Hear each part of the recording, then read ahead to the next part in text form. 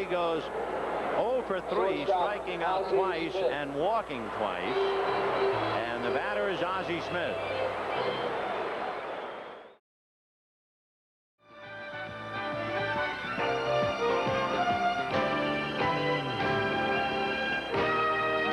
A light and gentle rain is falling on Busch Stadium in St. Louis this very moment, which means we will have approximately a 20-minute delay and hopefully no more before we get to the start of Game 5 between the Dodgers and the Cardinals, Fernando Valenzuela and Bob Forge.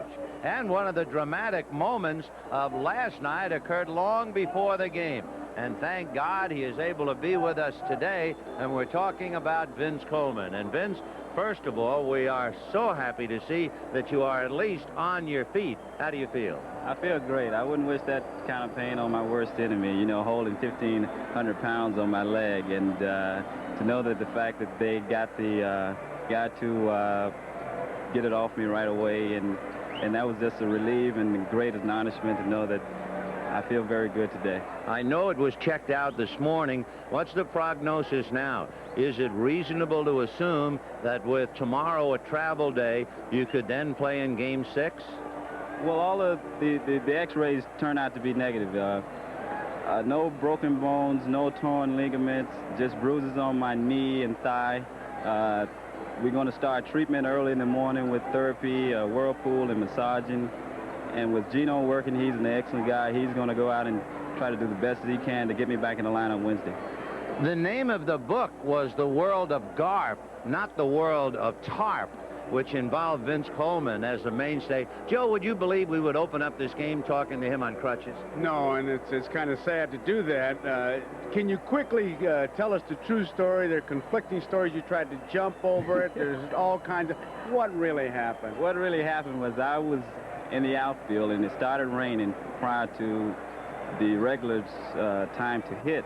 And at that point in time, we ran in, and so much was happening and so fast, and they was putting the tarp on the home plate. That's where I was standing right as it come out. And you can't hear the tarp come out the ground. I was standing there getting my bat from Dave Ricketts, and he was on the other side, and he was throwing it to me. Before I knew it, it grabbed my shoe, and I couldn't pull away, and it knocked me down to the ground, and then I was in so much pain at that point. You also had to be terrified over the fact that your entire career could be jeopardized. Well, that's true. You know, at that point in time, I wasn't thinking about a career. I was trying to get that top off my leg, but thank God that I was able to really not even come with such pain, you know, broken bones, torn ligaments, and it's only bruises at this point in time. The first guy I saw there, as always, was Ozzie Smith, making another great play. Well, that's true. Ozzie is a great friend of mine. He's helped me out tremendously, and he was with me, you know, each and every. He even called me last night when I couldn't sleep, you know, and I can only visualize that tarp coming over my head and some of the weird things that could have happened, but I just thank God that I got out of there at that point in time. Your leg is not in a cast or anything, or is it? No, it's not in a cast. It's just heavily bandaged. And you're going to stay on crutches for how long? Well, I don't need crutches, you know. I don't really need these. I'm don't just start getting frisky, they'll put the rap on us. You know, the crutches are just here to hold me up. He don't want me to put too much pressure on my leg at this point in time. Vince, take very good care of yourself. Hopefully, we'll see you back where you belong in left field in Los Angeles for Game 6. That's true. I'm very looking forward to it. And I'm sure all of America. Thank you, Vince. Thank you very much. Our special guest, Vince Coleman, who literally dropped in, and please be careful. We don't want you to get hurt as you leave the booth. Down on the field, one of the men who was so close to Vince when the accident occurred and has been so close to every batted ball is Ozzie Smith. So let's pay Ozzie a visit with former Cardinal and now broadcaster Mike Shannon.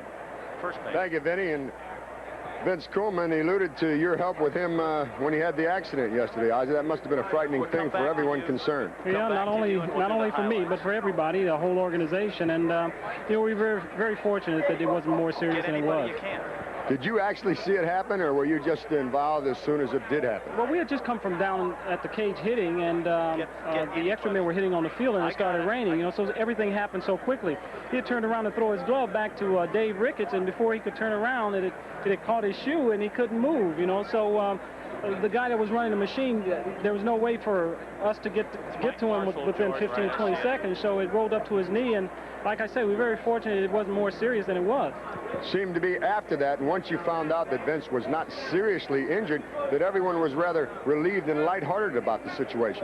Oh yeah, I think, you know, once the doctor started examining his foot, and I saw that he had a lot of strength in his foot, you know, in the crease of his foot there, so I felt that he was going to be all right. I knew that it was going to be sore this morning, but he should be back ready to play in a couple of days.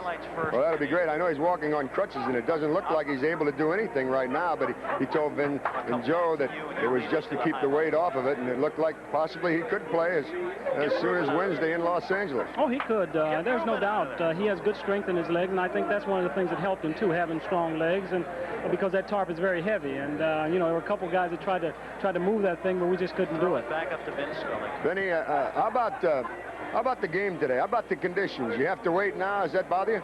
No, that doesn't bother us. You know, I think at this point in time during the season, Mike, we've gone through a lot this season, and a little rain's not going to stop us. We hope we can get this thing in today and hopefully bring home a winner. Tough with Fernando out there, though, right? It's always tough when you face pitchers, when you face the Los Angeles Dodgers. You know, they have an excellent staff, and you really have to bear down. But, you know, we hit them pretty well in Los Angeles the other day, and today hopefully we can put some things together to score us a few runs and pull this thing out. Thanks, Oz. Thank you. Ozzie Smith, our guest down here in the dugout. Now we take you back up to the booth, and Vince Scully. All right, Mike, thank you very much. As opposed to yesterday where we did come on the air on horseback, today we have a little bit of luxury of time because of the rain delay. So let's give you a little bit of a capsule comment as to what has occurred in the first 4 games of this National League Championship Series, starting with Game 1. And in Game 1, with John Tudor on the mound, Candy Maldonado will get a ball up around the eyes, outside part of the plate, and surprise everybody with a perfect bunt. Terry Pendleton then hits John Tudor. The Dodgers go on to score on that play and win the game 4-1. In Game 2, Greg Brock has just 1 hit in 18 at-bats in National League Championship Series play, but it was a 2-run home run. It turned a tough 3-1 game into a 5-1 game, and the Dodgers went on to breeze against Joaquin Andujar and led 2-0. But then the scene shifted from Los Angeles and Dodger Stadium and Dodger Blue to Busch Stadium and Cardinal Red. And the first thing was the magic glove of Terry Pendleton going into the Dodger bullpen to make a great over-the-shoulder catch of a foul ball off the bat of Greg Brock. And then a diving catch by Pendleton on what would have been an extra base hit by Candy Maldonado. And the Dodgers, haunted by number 9 Nettles in 78, were haunted again in 85. Last night, it was a case of the Dodgers not doing a double play ball that just eluded Madlock. Jerry Royce's inability to field a perfect bunt right back at him. Instead of getting an out at the plate, he turned it into an error and a scoring run. John Tudor was not hit at all. He was hit harder by the throw by Pendleton in Game 1. For 5 innings, he had a no-hitter.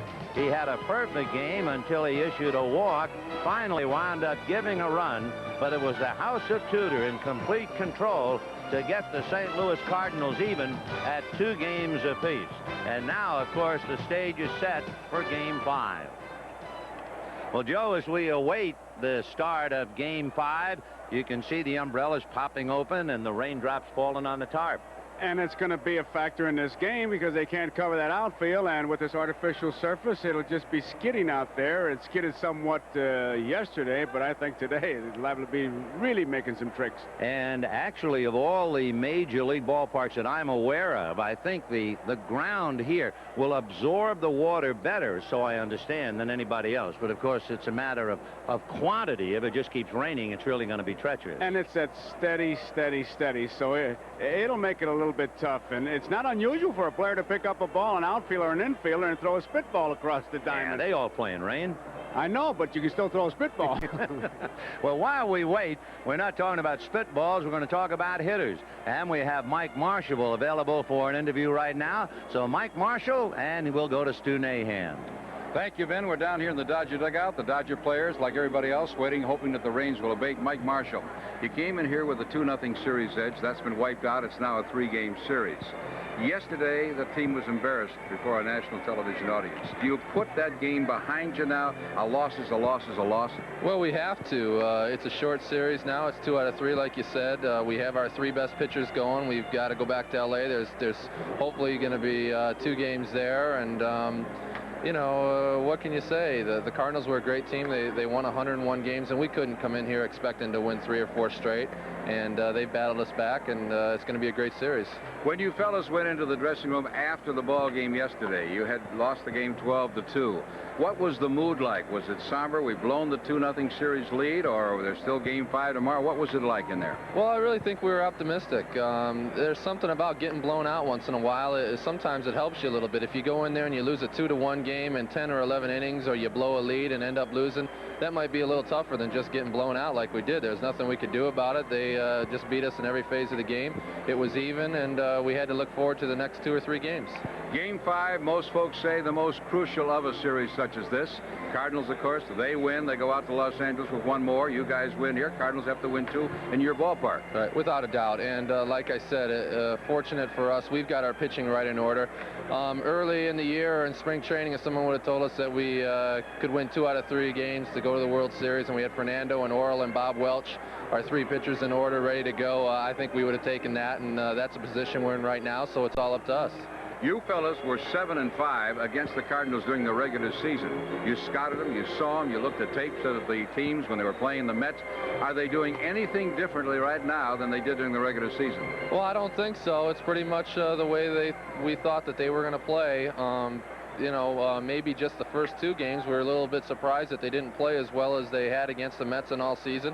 But then again, the last 2 games, we haven't played quite the way that we played the last month of the season. So it's been 2-2. They gave us a couple, we gave them a couple, and it's just going to be a great series. Thank you, Mike, for spending some Stu. time with us. Let's go back up now to Vin Scully in the booth. Ben?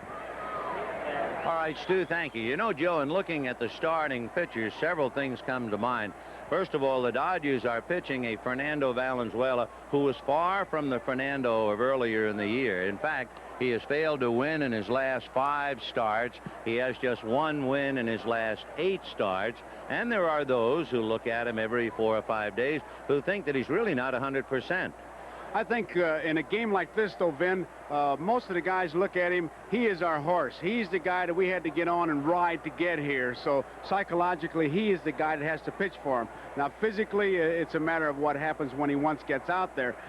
We saw him pretty strong with his screwball that he's been using, really, and certainly looking at him right now on the bench, he doesn't look nervous at all. But then again, you've seen him all year, and you've commented about that.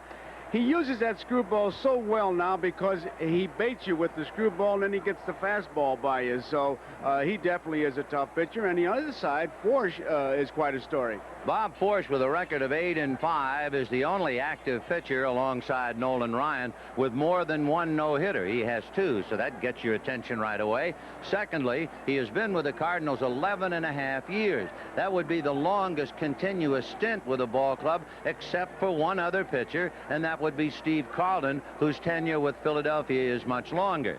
However, Bob Forsch pretty much lost in the shuffle until the middle of August, till the end of the year, when he really pitched some great games. Well, he's the kind of a guy that a ball club really needs. That he is that 5th starter, so to speak. He's the guy, if you get in trouble, you can put him in there and get a good ball game. He's not going to overpower you. He's not going to have you oohing and on. He's got a good fastball. He sinks it.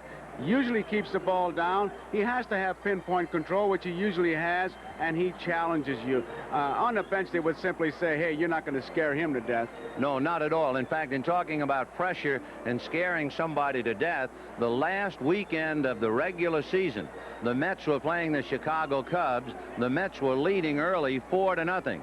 Bob Forsch was pitching here against a Montreal Expo team that had given the Cardinals a terrible time. When it was all said and done, Bob Forsch got the win with a big help from Todd Worrell, but he gave them the cutsy win they needed to stay there. Well, that's pretty much what he'll be doing today. He'll, as I say, spot that ball. He throws the ball low. He's got a good move to first base, so he'll help him there. And he's not a bad hitter. He's got a little bit of power.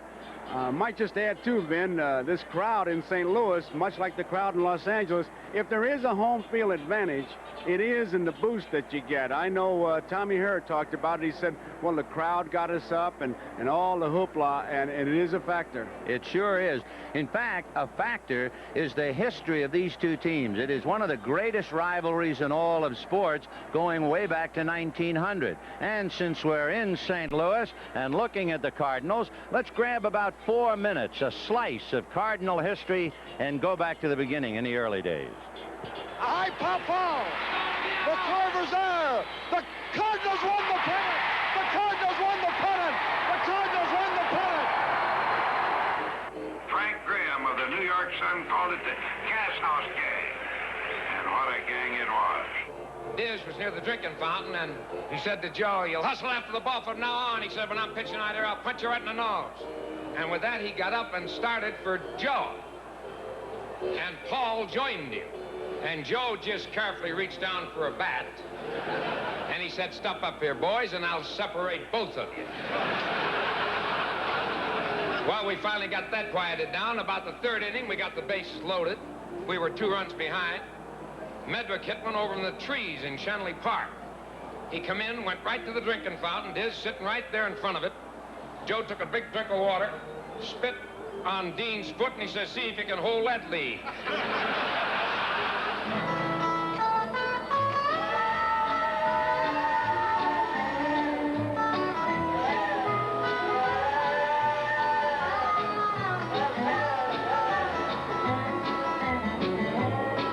From the great Atlantic Ocean to the wide Pacific shore, from the queen of flowing mountains to the South Belle by the shore, she's mighty tall and handsome, she's known quite well by all. She's the combination on the Wabash Cannonball. She came down from Birmingham one cold December day. As she rolled into the station, you could hear all the people say, "There's a girl from Tennessee, she's long and she's tall." She came down from Birmingham on the Wabash Cannonball. Our eastern states are dandy, so the people always say. From New York to St. Louis and Chicago, by the way. From the hills of Minnesota where the rippling waters fall, no changes can be taken on the Wabash Cannonball. Here's to Daddy Claxton, may his name forever stand, and always be remembered round the courts of Alabama. His earthly race is over and the curtains around him fall. We'll carry him home to victory on the Wabash Cannonball.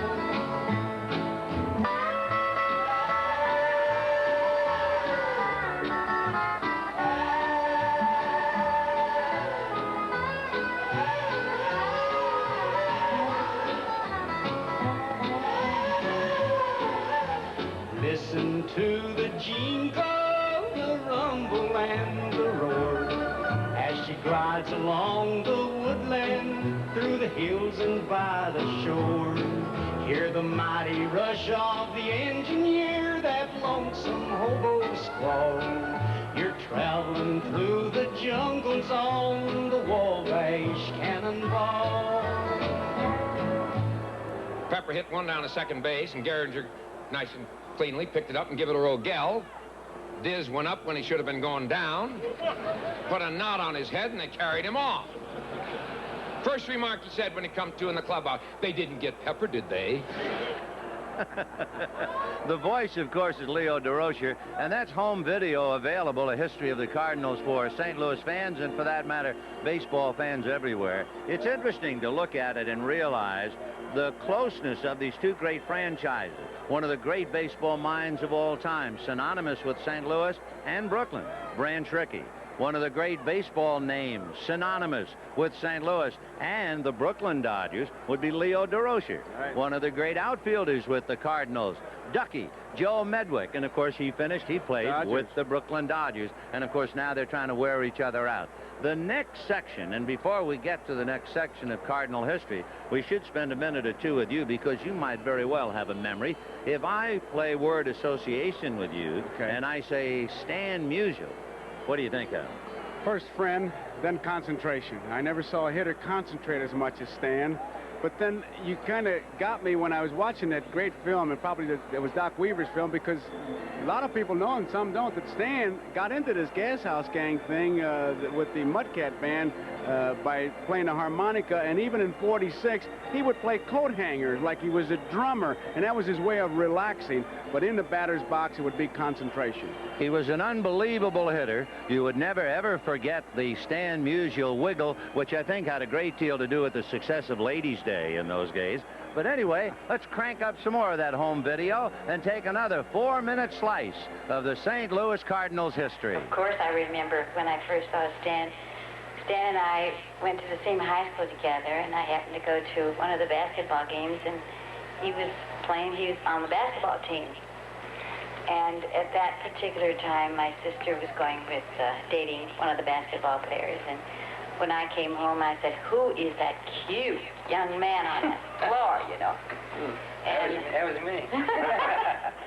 He was a man's man. He was a great ball player. He's a fine gentleman, and I think if he's the type of fellow that you'd like to see, if you could have everybody just like Stan Musial, we'd have one of those perfect worlds. He's just one of those boys that come along once in a lifetime. He deserves it. It can't be overdone.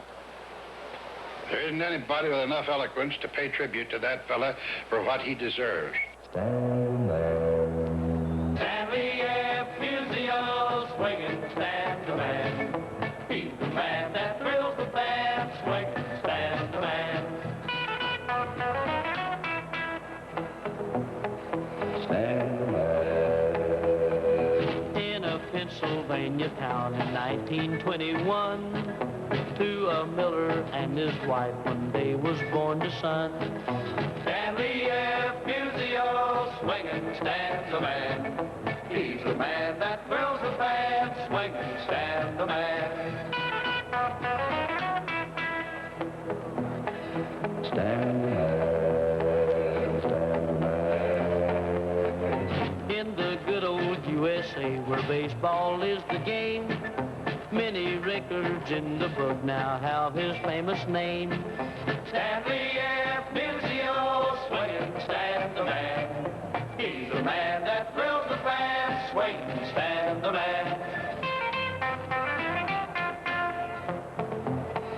Stan the man, Stan the man. When he steps up to the plate, the pitcher shakes a chill. Oh my gosh, that's Stosh, by gosh, waiting for the kill. Stanley F. Musial, swinging Stan the man. He's the man that thrills the fans, swinging Stan the man. Stan the man, Stan the man. Fans in every town agree that when he leaves the game, Stan the man is sure to be in baseball's Hall of Fame. Stanley F. Musial, swinging Stan the man. He's the man that thrills the fan, swinging Stan the man. There's 25 million boys in this country that can look with great confidence into a study of this fellow's life. He's genuine.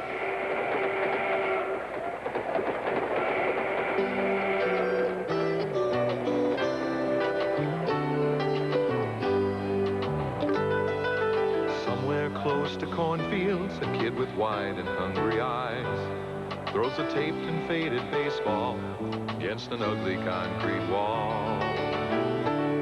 Learns the sinker and the curve, builds the iron in his nerve, and he rocks upon his perch, and he knows his time is near.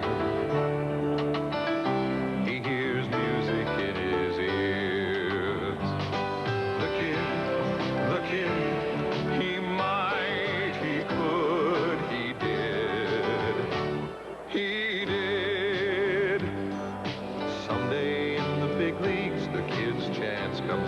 one year when the starter strings his elbow and there's no one else to throw. Stands alone out on the mound and he mows those batters down.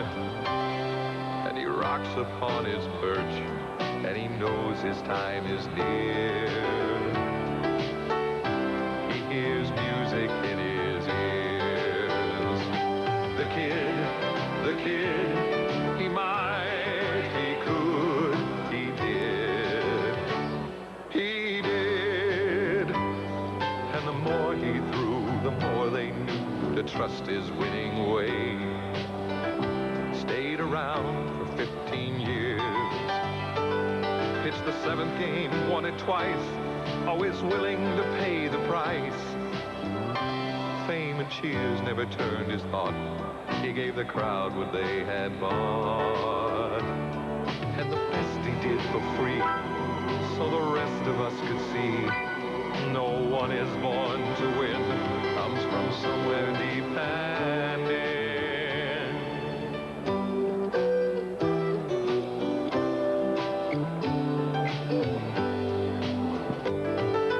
Somewhere close to cornfields, a mind with wide and hungry eyes throws a taped and faded baseball against an ugly concrete wall.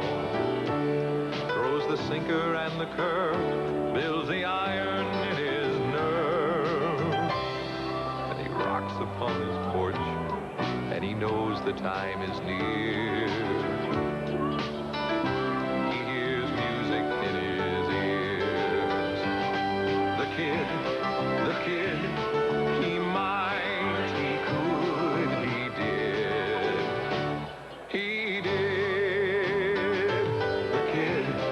The kid, he might, he could, he did. He did. We're going in and out of chapters of Cardinal history, and they're kind of fun to look at. And I guess, Joe, when you think about it, you are an integral part of that history. First of all, you played in the 1946 Cardinal World Series, and then in 1964, just to rearrange the numbers a little bit, you were here to broadcast the Cardinal Yankee World Series. And I'll never forget it because it finally hit me, Vin, that I was up here broadcasting, and who was managing the Yankees? Yogi Berra. And I couldn't help but think about here he lived at 5447 Elizabeth. I lived at 5446. We'd sit by the lamppost at Pucci's and talk about baseball, and here we were in the World Series. And I'll never forget that feeling. Well, for those of you who might have forgotten, for those of you who remember every bit of it, let's turn the clock back. The World Series, the Cardinals and the Yankees, 1964. A bouncing ball to Boyer. He's got it. Here's a throw. Cardinals win it. And look at those Redbirds bouncing around.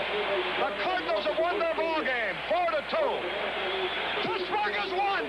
Pittsburgh won its ball game, 2-0. It's over.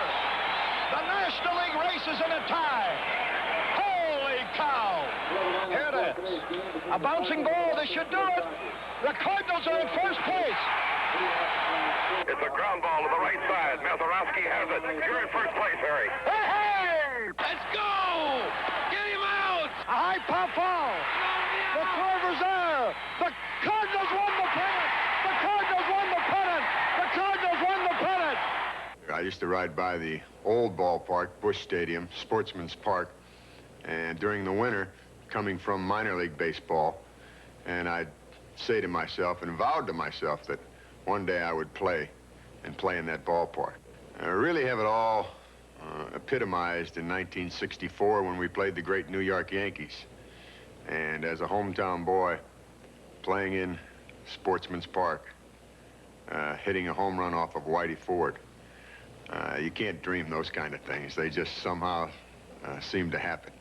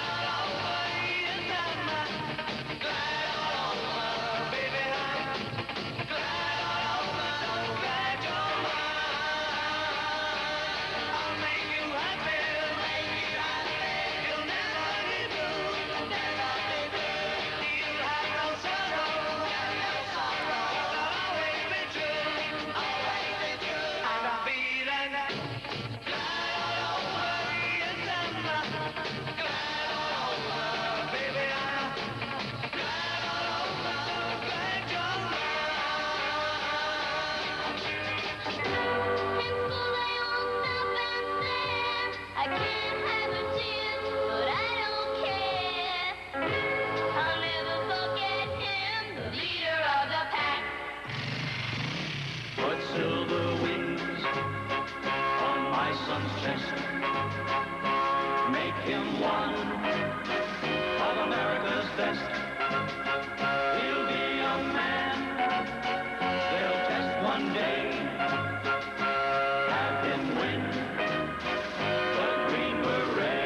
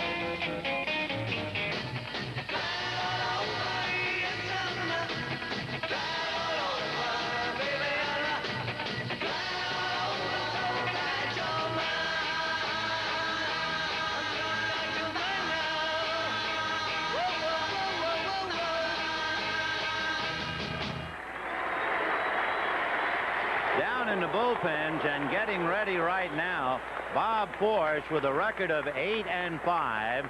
Forsch, no record against the Dodgers this year, 8-11 lifetime. Fernando Valenzuela, 17-10, 1-0 during the regular year, 6-4 lifetime, plus, of course, his victory in Game 1 of the National League Championship Series. Today's game will probably be a true showdown between the two bullpens. We haven't had that yet, but I think we're going to have it today. Well, we'll look forward to it. All right, and the first thing we ought to do, we will check the starting lineups as the Cardinals are about ready to take the field. There it is, the Ozzie Smith backflip. So the Cardinals have taken their defensive stations, and let's take a look at the way the Dodgers will stack up as we're about ready to get underway. Mariano Duncan will be at shortstop. Kenny Landreau in center field. Pedro Guerrero hitting in the number 3 slot in left, and Bill Madlock hitting cleanup. Mike Marshall in right field. Mike Scioscia behind the plate. Greg Brock with only 1 hit, but it was a 2-run home run. He's at first. Steve Sachs, who has been swinging a very hot bat, at second base, and the pitcher Fernando Valenzuela.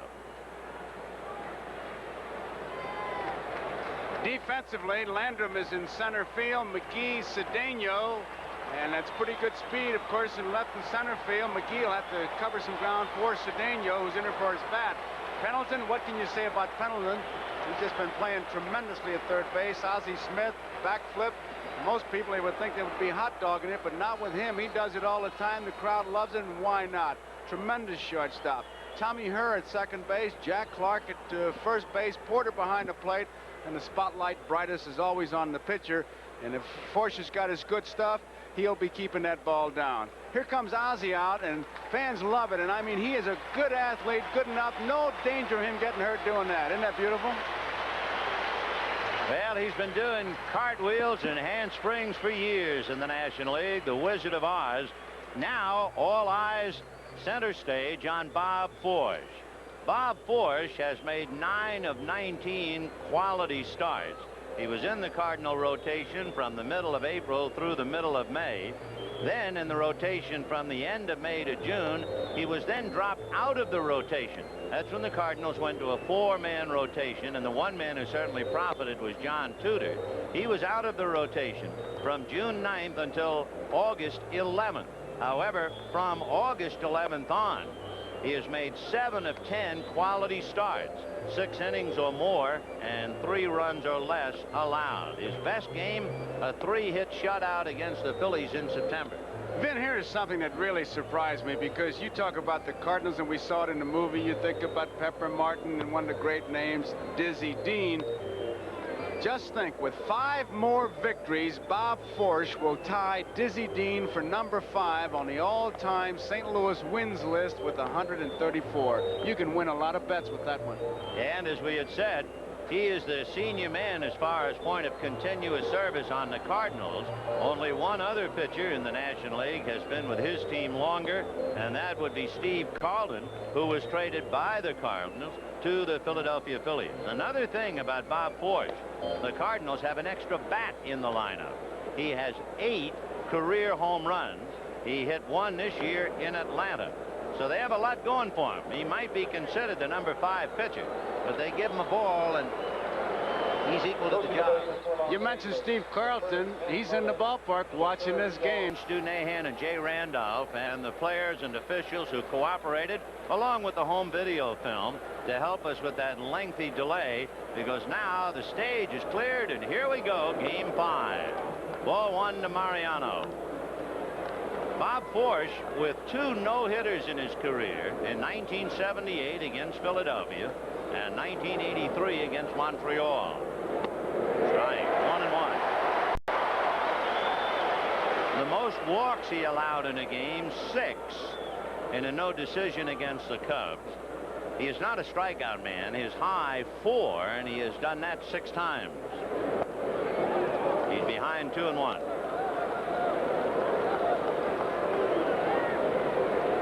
You know, talking about Bob Forsch and his no-hitter brings up an interesting point about 85, ball 3.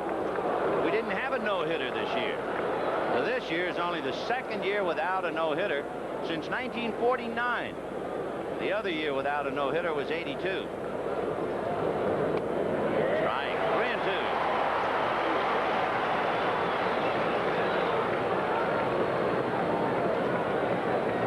Talking about the string of National League home victories in the championship series. There's ball 4.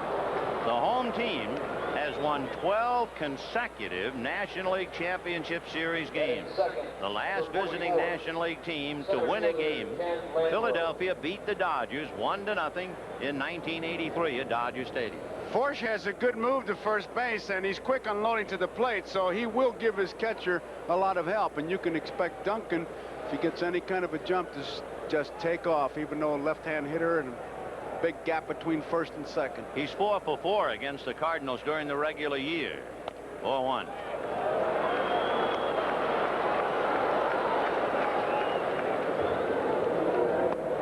And it's 2-0.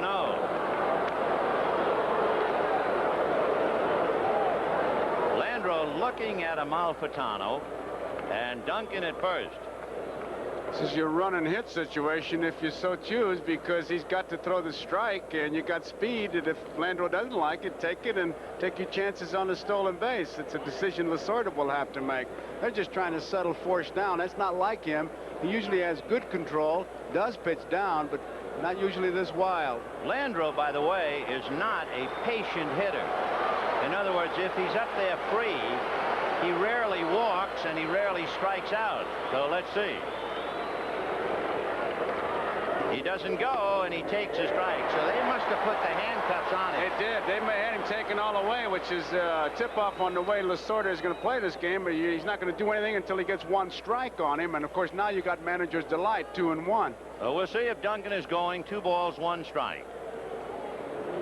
Duncan goes. Fastball hit to straightaway center. They're trying to decoy Duncan, but McGee makes the catch.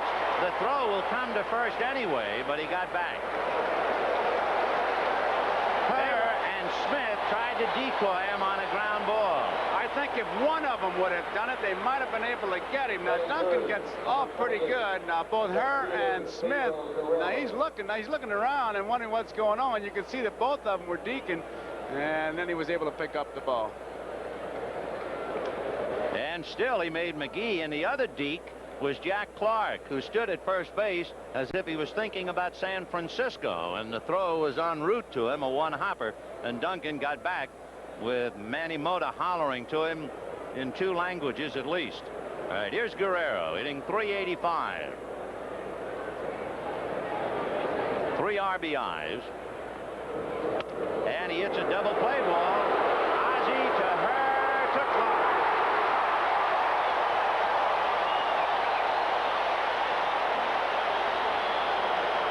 And at the end of half an inning, Dodgers nothing. Cardinals coming. Here's the Cardinal lineup to face Valenzuela. Willie McGee in the leadoff spot in center field, and Ozzie Smith at short. Tommy Herr hitting third at second, and Jack Clark in the cleanup spot at first. Cesar Cedeno in right, with Tito Landrum in left. Terry Pendleton at third. The catcher is Darrell Porter, and the pitcher Bob Ford. Defensively, Guerrero, Landro, and Marshall. Landro the key man in that defense, of course. Madlock, Duncan, Sachs, and Brock. Socia behind the plate. And Fernando on the mound against Willie McGee, and he did a pretty good job on him by throwing him a lot of breaking balls in L.A. and actually with 2 strikes, throwing that ball out of the strike zone low and getting him. So Fernando, who has not won in his last 5 starts, and has won just 1 in his last 8 starts, so he has not been himself at all, and he has 1 ball and no strikes to Willie McGee, hitting .222 in the series. Naturally, he won game 1 in the league championship series, but we were giving you figures that apply to the regular season. He has been way off. One reason, he pitched 11 scoreless innings in a magnificent duel with Dwight Gooden, and it would seem as if he went downhill after that. Plus, of course, he piled up a lot of innings. That's a strike. Remember, we pointed it out in the first game. He will normally pitch from the third base side of the rubber, but if he is cheating and he wants to get the runner, he'll stretch from the first base side of the rubber. 3-1 to Willie McGee. It would be a dangerous way for Fernando to begin the day, to let McGee start it off, because that'll wake this crowd up immediately.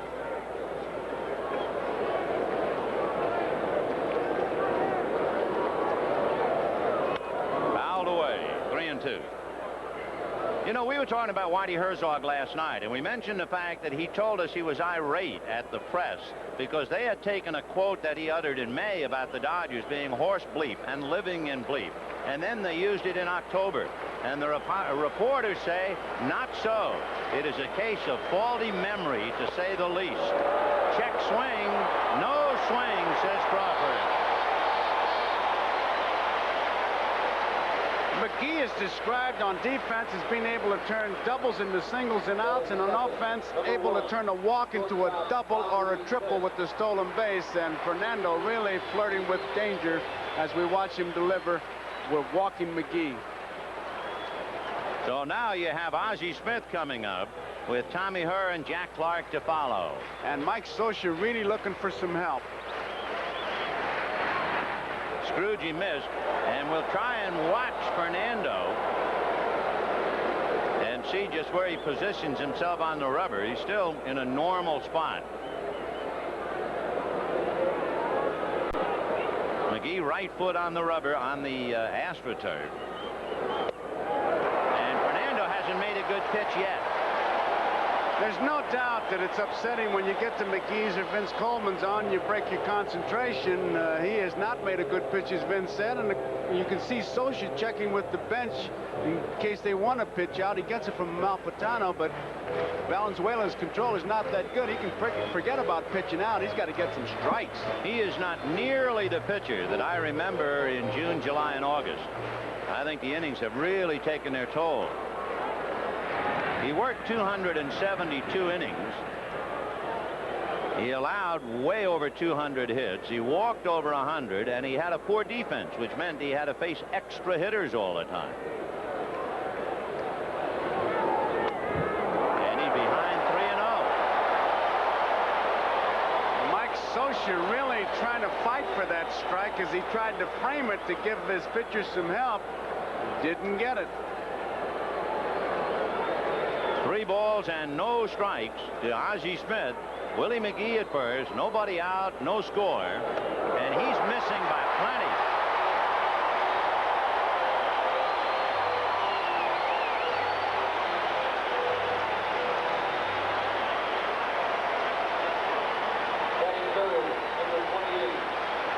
For Jerry Royce and Bob Welch, they had their shortest outings of the year in the league championship series against the Cardinals.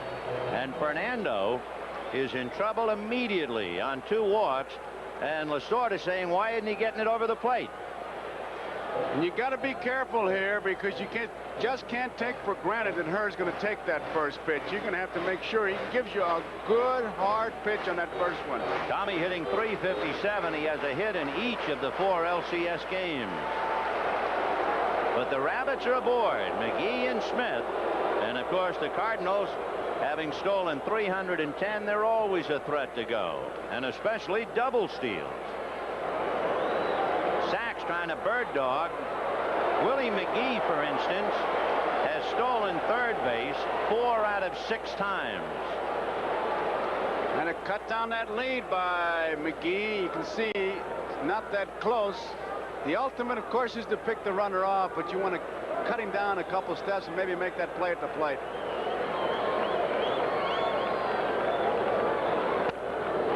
And, of course, the specter that haunts any Dodger pitcher now is the memory of Bob Welch turning to throw to second and throwing the ball into right center field. They're really shading him as we look at Welch. They're shading her way over in right center field. He's got a lot of room in left center field. Now they're moving Landreau a bit over, a little more towards center. 0-1 the count to Tommy Herr.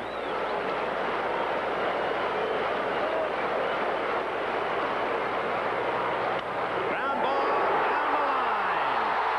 Here comes McGee. They're going to hold Ozzie, and he ran right through the stop sign and scored. Tried to hold up Ozzie, and he went right through him like it was a bad dream.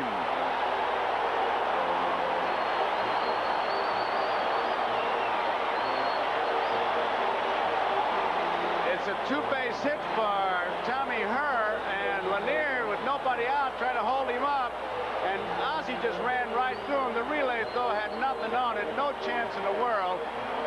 And luckily, Fernando was backing him up. Now watch Ozzie go right through that stop sign. Hands were straight up by Lanier.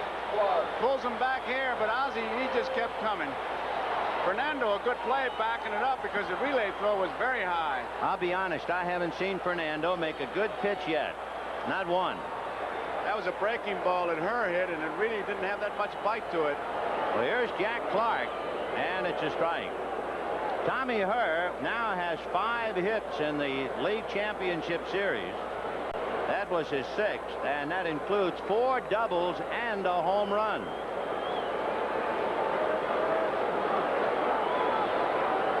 And there it goes. He threw it into center field, and the specter has come back to life.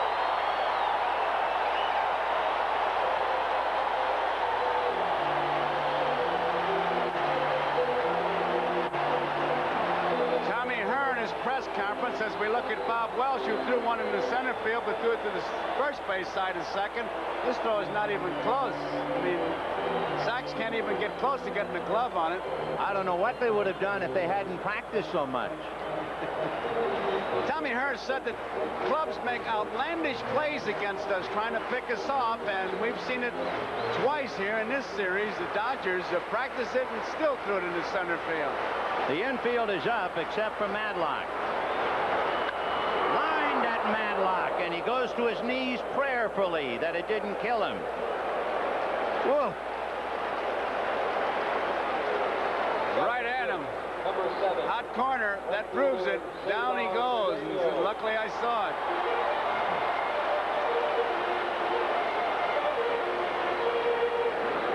That's a Thanksgiving catch. Either that or an imitation of Toulouse-Lautrec. And it is 2-0 Cardinals. 1 out. Tommy Herr is at third. Cedeno, the hitter, and I still haven't seen Fernando make a good pitch. know if he had trouble warming up. I don't know if he has arm trouble, but he's not pitching right. 4-1. Well, we mentioned at the start of the game, I had the feeling that this one game certainly was going to be the battle of the bullpen. I didn't think it was going to be a battle so early. Well, you can start to maybe say, well, rain delay here, rain delay there, but they knew in plenty of time when the game would start, Oh, so sure. I can't put any of the blame on that. Oh, no. No delays, no excuses. Screwball, and he turned that one over fairly well. One of the things he is not doing, he is not able to change the speeds of the screwball for strikes. And he's been missing way outside and high with his fastball. Now he missed inside with the fastball. So remember, he opened up, he walked McGee and Smith, and he wasn't really close. Tommy Hurd doubled in 2. Clark almost killed Madlock for the out. The error allowing her to go to third on the pickoff.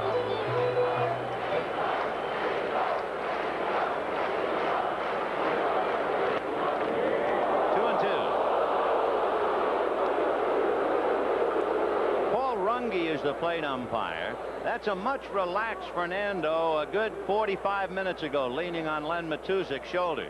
He needs to lean on a lot of shoulders right now as he is down 2-0 in the first inning. Foul tipped and held. So Cedeno strikes out, and it means the right field platoon for the Cardinals are 3 for 15 and only 1 RBI.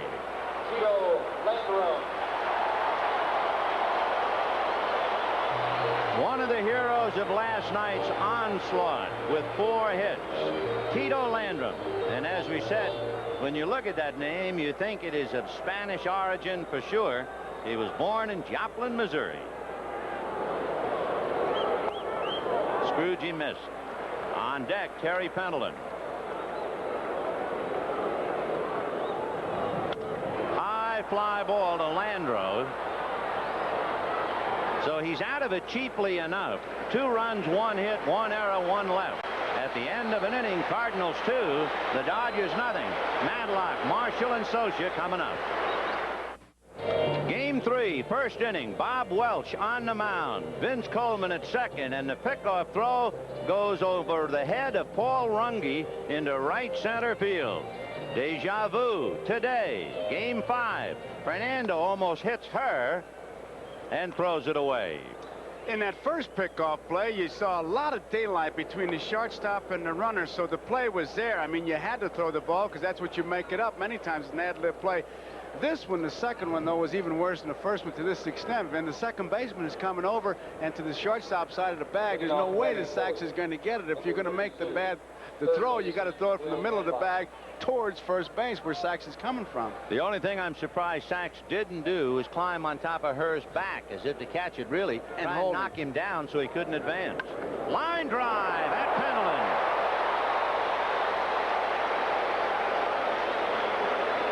So each third baseman has had his hands burned, and we have 1 out.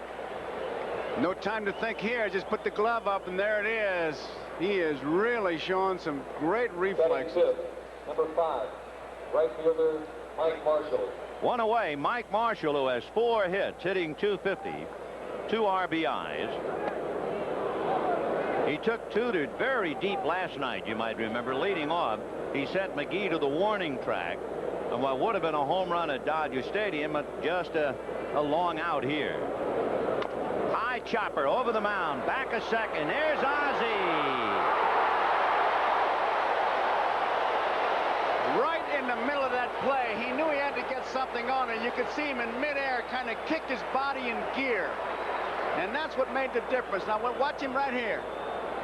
Right there. He just, when he gets up, he kind of gives it a little push, and that's where he makes the play. It's really remarkable to see a man leave the ground and throw that hard. Now, both feet are going to be off the ground when he makes the throw. Up. See him hook it in gear? Yeah. You could really see him almost shift that body. Well, what do you expect from a guy who has won the Gold Glove for shortstops every year this decade? And with 2 down, here is Mike Socia. And he breaks his bat, and loops it into right field for a base hit. He will gladly take it. That makes him 3 for 3 against Bob Forge. And it was a broken bat single. Batting seventh, number 9, first baseman Ray Brock. Keep in mind that with Brock, they really have been changing speeds, and he's been way out in front. How many times do you change speeds before you get burned?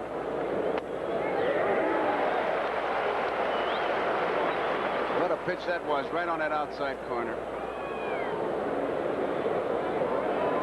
There's the off-speed curveball. Strike 2. Greg Brock has had 18 at-bats going back to 83 with the Phillies and the Cardinals. Associate first. He has just 1 hit in those 18 at-bats. It was the home run at Dodger Stadium. Socia's not going anywhere. Ball 1. 2 strikes. Lasorda gives him that purple light. If you run, I'll kill you. I'll kill you. Clark standing behind him so he can get a little range in case Brock gets a ball to pull. And he's going now on a high number back to Forge. That's that. No runs, 1 hit. The play by Ozzie is a big one. At the end of an inning and a half, 2-0 St. Louis. High chopper over the mound. Back a second. There's Ozzie.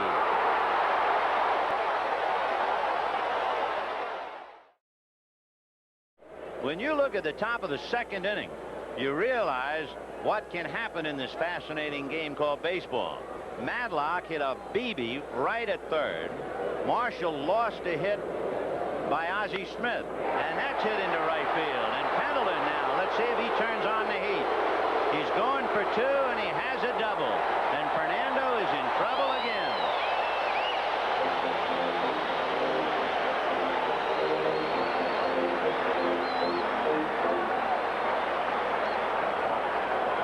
Batting 8, number 15, catcher Darrell Porter. So Terry Pendleton, who was the most valuable player in our judgment in Game 3, opens up with a double, and that'll bring up Darrell Porter. And he is strictly a pull hitter. He should hit that ball to the right side. They have swung way around. Sachs is deep at second base. So the ground ball, they will pick up a base with an out. Porter hitting .222. 2 for 9 in the series. Ball 1. Give you an idea of lifetime. Darrell Porter is hitting almost .390 against Valenzuela. So he is not a hitter that Fernando wants right now. 2-0. After Porter comes Bob Forge. And remember, we told you Forge is a good hitter. He has 8 career home runs, and he hit a home run this year against Atlanta. Although if he comes up, they'd probably have him bunting. And he took batting practice and bunting practice yesterday in the cage. Boy, I tell you one thing, it's like looking at a fake Rembrandt right now. 3-0.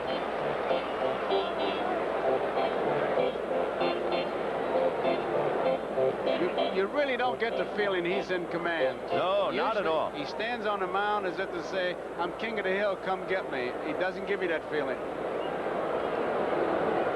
He's in a lot of trouble.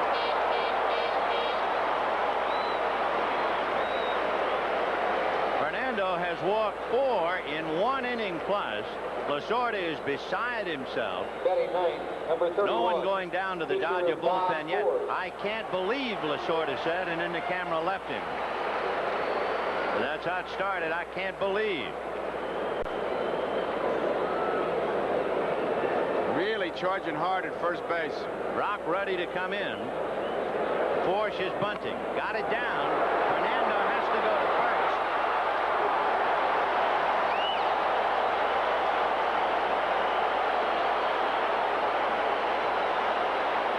See a ball like that, you have to laugh when you say you can't bunt on artificial surface. That was just absolutely perfect. Mr. Fernando delivering the ball didn't look straight up that time. Force knows he has to get it to third base. Fernando's the only man can make that play, and his only play is to first base. Just a perfectly executed bunt. And Socia was hollering all the while. There was no doubt. Go to first. So second and third, the infield is halfway up, and Willie McGee, who walked and scored in the first inning. Screwball, 0-1. Here's where he's got to let out a notch and go for that strikeout. He was able to get McGee in Los Angeles. He did it with screwballs and a breaking ball low and inside.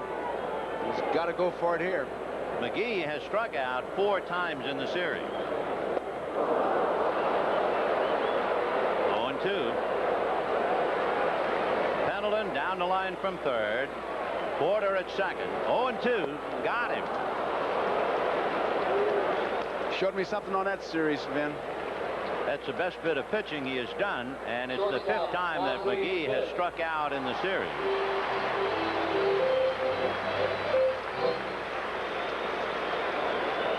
It was a breaking ball. You can see him turn it over low inside, and Willie couldn't get it. Now Ozzie Smith, who walked in the first inning.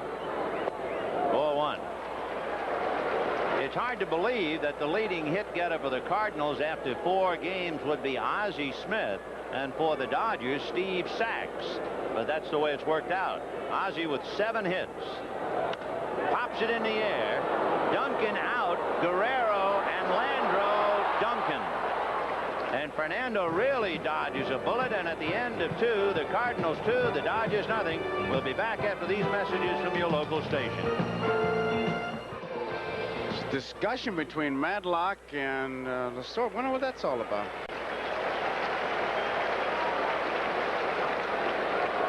You weren't in the meeting, Tommy said. That's the only thing I read. You weren't in the meeting.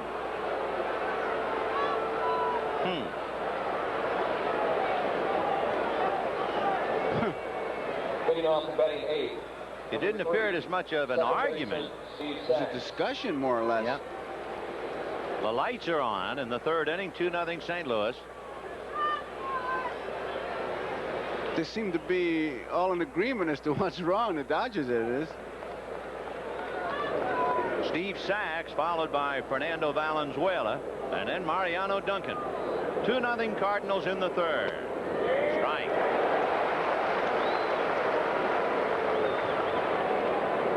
Steve Sachs is a very bad ad for home cooking, but at the same time, he's a bachelor. Ground ball to third. He is hitting 100 points better away from home. 1 down.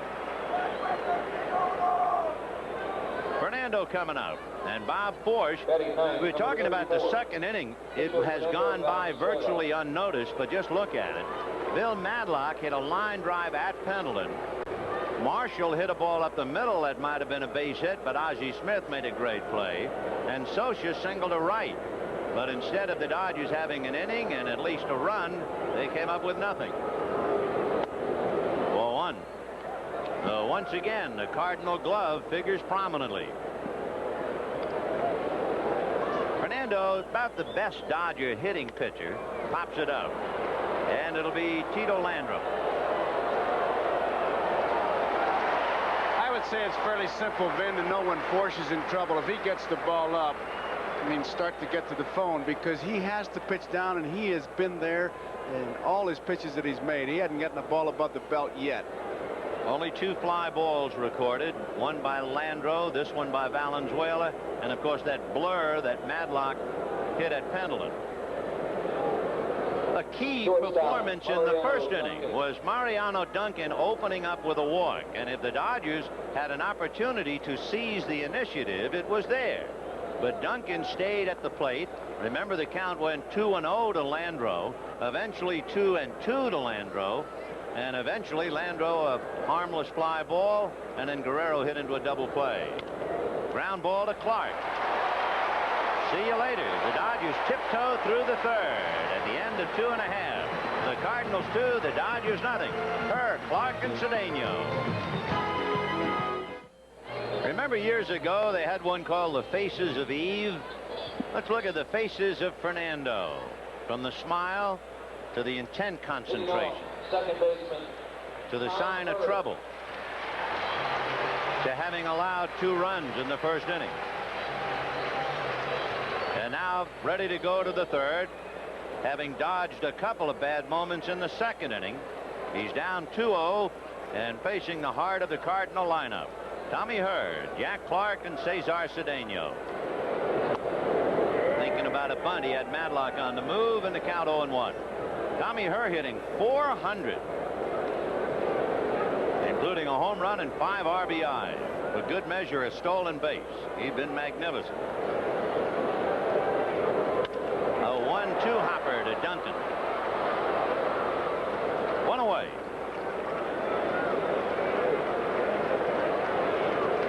The batter will be Jack Clark. Jack Clark.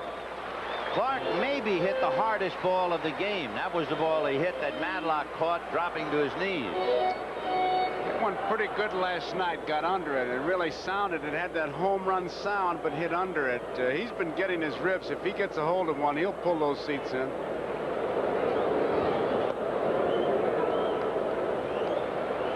That's a check swing for a strike. He didn't foul it. That ball just came out of Scioscia's mitt. And first base umpire Jerry Crawford indicated swing. So the count 0-1. 1 ball, 1 strike. Clark never even reacted. Most guys would have at least taken a dirty look or turned around. It's like, okay, it's a strike, so what? He's a man just going to work. The 1-1 pitch. I love that summation he gave, and we used it last night, about this Cardinal ball club. It is a club of drag racers and funny cars. I'm just a stocker. 1 and 2. He could take that T out of there.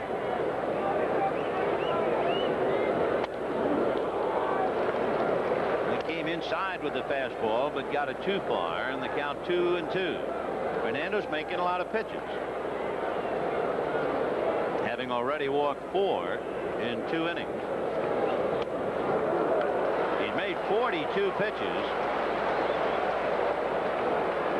and coming off a season that took a tremendous toll, there's no way he can get beyond that 7th inning, if he can get that far. Strike on the corner.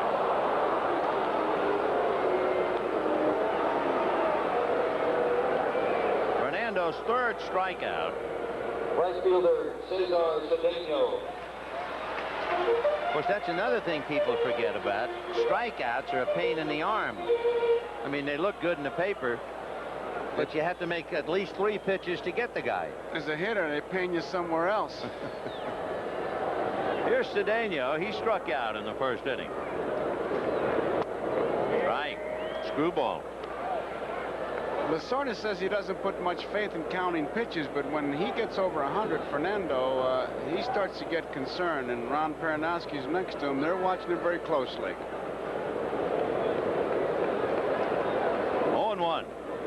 Peranowski was talking about the ball moving. Foul back. If I caught it, it was kind of a sideways shot, but it was something about it. The ball keeps moving, he'll be all right. But it was almost said tight-lipped and in a whisper. 2-2.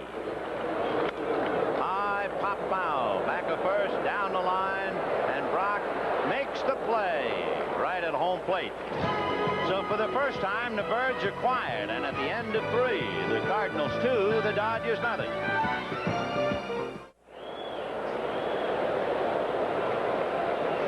Fourth inning, 2-0 in favor of St. Louis. There's Lou Brock, who threw out the first ball. Of course, the Cardinals are really throwing their best at the Dodgers. Last night, it was Bob Gibson and Stan Musial. And today, they settled for Lou. All Hall of Famers, they give them to you. And Cool Papa Bell's watching this game, Ben. I just had to mention him. Cool is so friendly to everybody, and not quite as strong as he'd like to be, but I know he's enjoying it. Hope so. Kenny Landreau had a key at-bat in the 1st inning after Duncan had walked and flied out. And lines it to center, and that'll be a base hit. So now Guerrero, Madlock, and Marshall coming up, with the Cardinals leading 2-0, top of the 4th. Guerrero grounded into a double play in the 1st inning. Breaking ball lifted to the graveyard unless it carries out. And on the track is Willie McGee. And that's another one that's out at Dodger Stadium. Small consolation to Guerrero. When a pitcher comes into a ballpark, he looks at one part of the ballpark and says, which is going to be my outfield, where I can get the most outs? Obviously, here in center field, that's where you want him to hit that ball. I know when you played in the Polo Grounds, you say things like, man, if I'd have hit that in St. Louis or Evans Field, you don't get the same pitches that you get there. Exactly. And there are a few raindrops coming down, so a couple of umbrellas are popping open.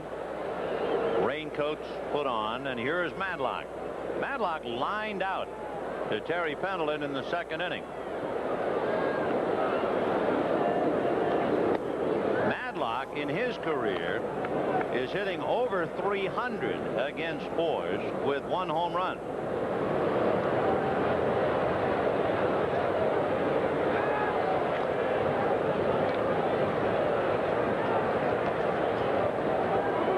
Landreau, the base runner. The Cardinals forced a lot of balks, as you can imagine. They forced the opposition into 28 balks. There Landreau bluffs. Interestingly enough, in the 12 games between the Dodgers and the Cardinals, there was 1 balk called, and it was against the Cardinals. It was against Neil Allen. Kenny Landreau, the runner at third, was balked home. Clark reminded him, take a look at Landreau. 2-0 score. He's liable to run. You can't take him for granted.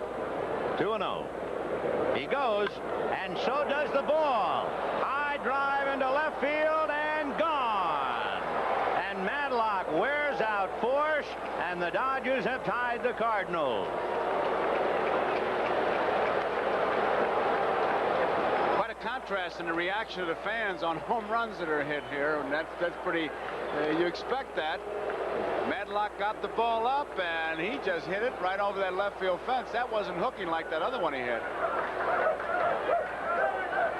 So we have a 2-2 tie in the fourth. Watch Kenny Landreau when he sees where the ball's going.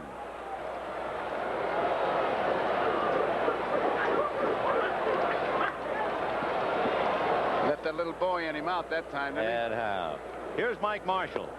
Ball 1. So Whitey Herzog sees a 2-0 lead go down the drain. 2-2 in the fourth. A little more rain coming down. Rain drops. It is no reason to stop the game yet. 2-0.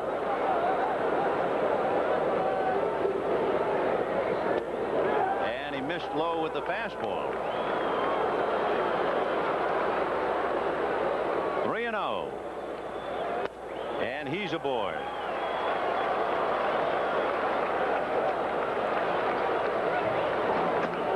That's the second walk given up by starting pitcher Bob Forsch.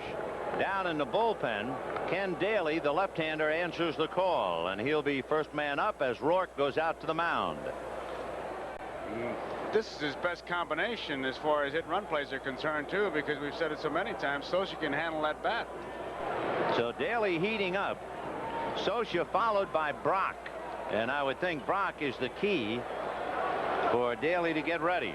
2-2, fourth inning, 1 out. With Marshall at first, you have a hit-and-run batter in Socha.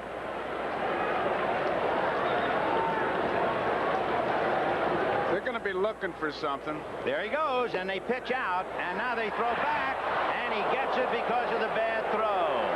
So they wanted to play hit and run. Porter pitched out and then almost threw it into right field. The rhythm really broke. Marshall's gone, then he sees the pitch out his way outside, and back he goes. They would have had him, but the throw is a bad one.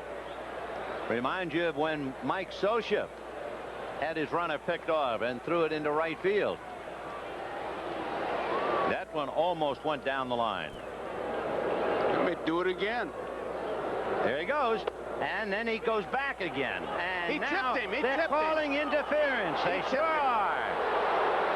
Darrell Porter tipping Mike Socha's bat. And the Dodgers get a big break. And Whitey Herzog will talk to Paul Runge. He jumped out of there the first time, and it was awful close. This time, he tipped his bat.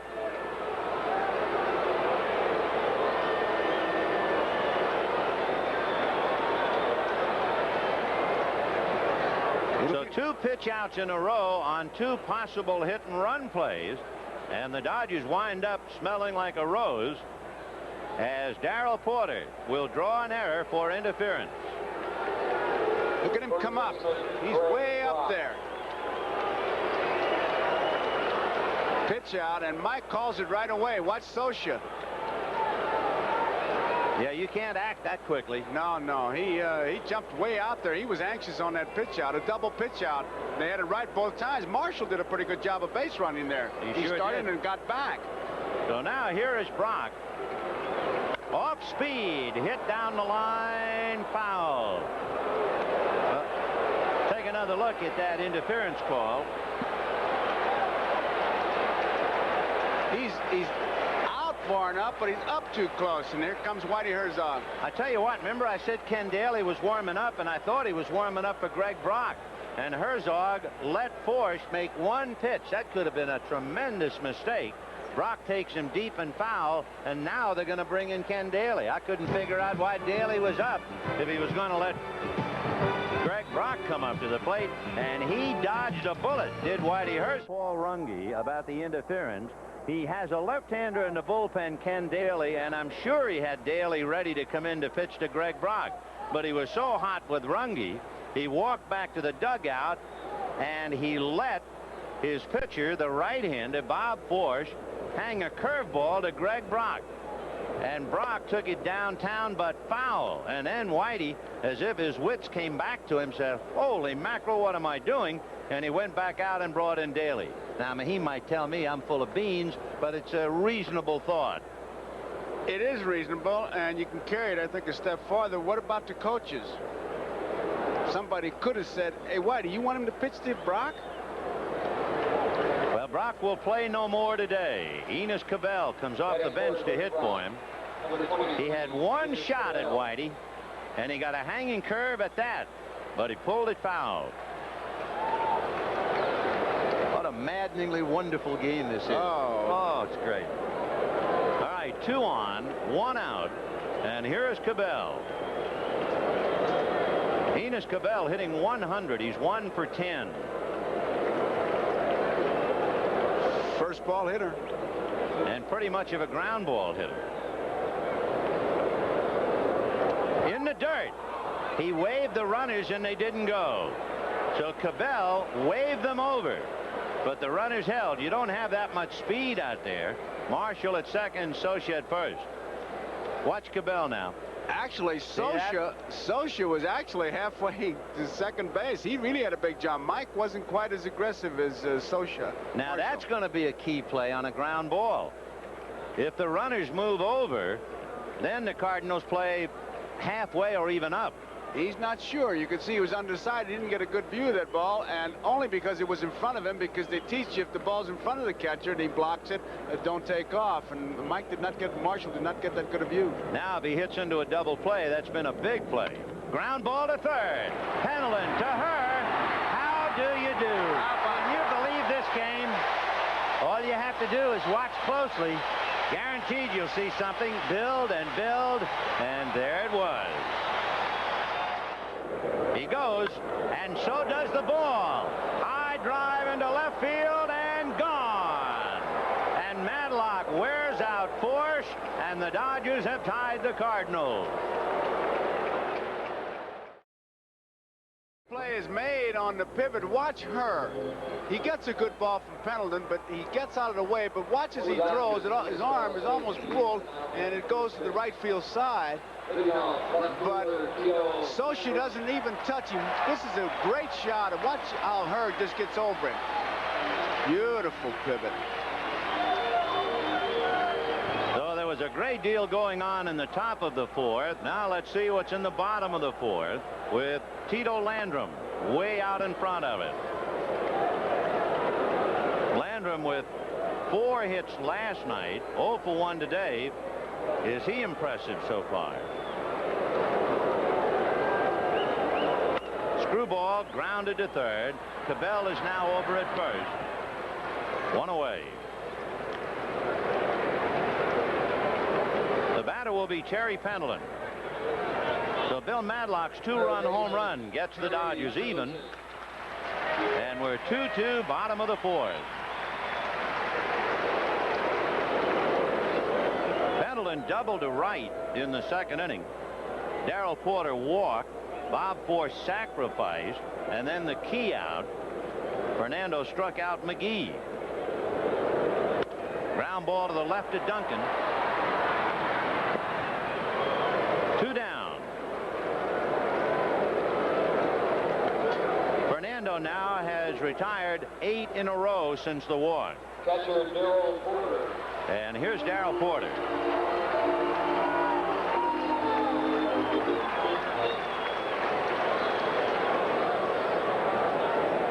Porter walked in the second inning. And as we said, he handles Fernando pretty well. Hitting almost .390 against him lifetime. That's not handling him well, that's manhandling him well. In there, mean off-speed screwball. You expect that screwball to a right-handed batter, but boy, to throw it in on the hands to a left-hander, that's mean. That takes perfect control, because if you miss, you're in deep trouble. 1-1. The reason I say that is you have to start that screwball in the middle of the plate, because it's going to break towards the hitter and has to break inside. And if it doesn't break, there'll be a few seats that'll be broken. And a light rain begins to fall again. And got the corner. 2-2. Nothing else. He's got Porter thoroughly confused, because that's the second one on the inside corner he didn't think was a strike.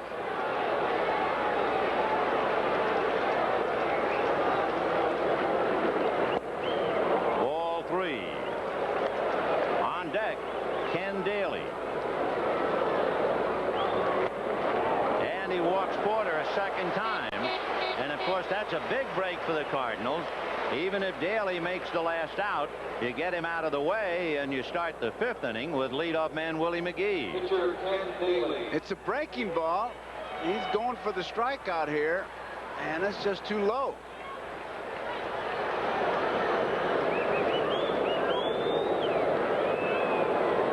Ken Daly, who came here in the deal for Ken Oberkfell and has done a fine job. Ball 1.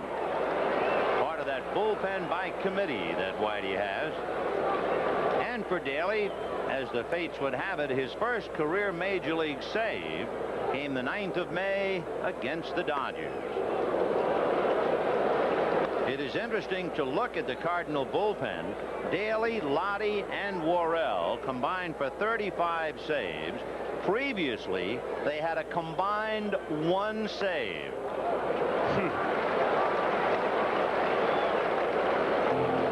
2-1 to Daly. Porter at first with 2 out. 2-2. Cabell's going to play halfway now with the count 2-1. Fouled off. 2-2 the count.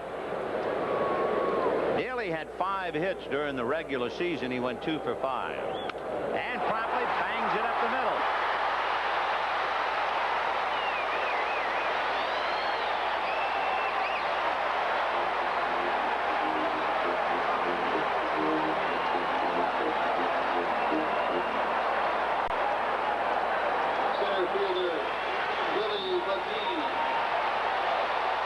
Fernando gave it a shot at it, but it was hit pretty well.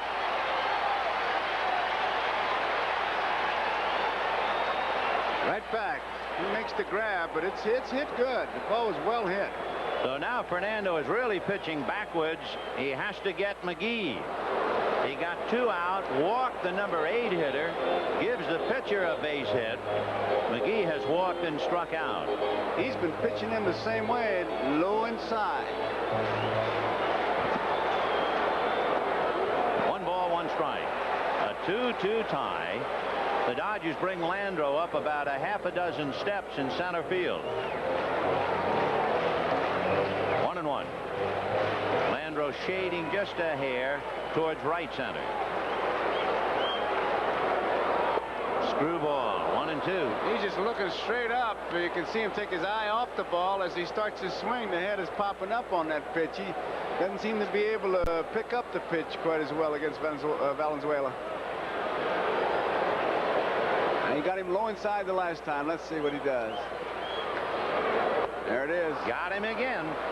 So Fernando using Willie McGee as an escape hatch. The Cardinals leave 2, and we'll be right back after these messages from your local station. Lou Brock, Ernie Banks in the cap. Good day to play 2 for Ernie in the pink sweater.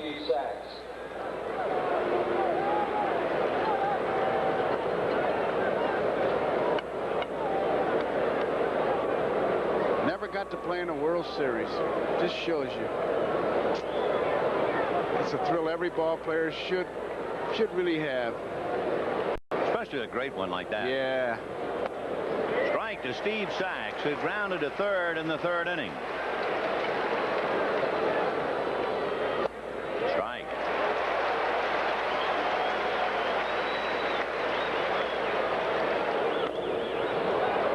He had him chasing that one 0-2. Good curveball, overhand curveball. And he chased it, and did you see where Porter was? Same pitch that he fouled off, except that this was a little bit more outside. It was an overhand curveball. It looked like Saxey thought it might break and catch that outside corner, but Daly really snaps it off out of the strike zone. Get a good look at him, that super duper slow-mo, and look where Porter is. He catches that ball 1.5 feet outside. There is a disturbance just behind the Dodger dugout. As you see Sachs, and many of the Dodgers are out of the dugout and pointing up, and I can only assume that somebody threw something. Threw water at him.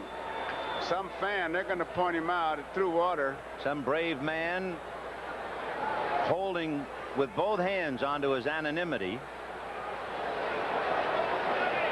And the Dodgers trying to pick off the face in the crowd. They got him. Well, they'll send him to a rubber room, and we'll continue.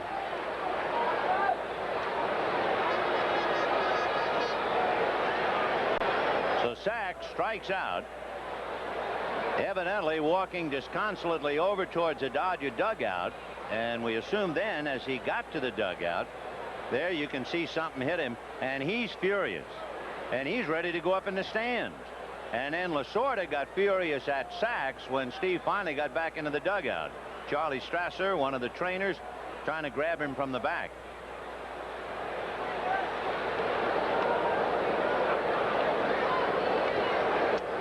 I hate to see the inmates run the asylum. Oh, man. It turns into zoo parade when that happens. So 1 out, and the batter will be Fernando Valenzuela.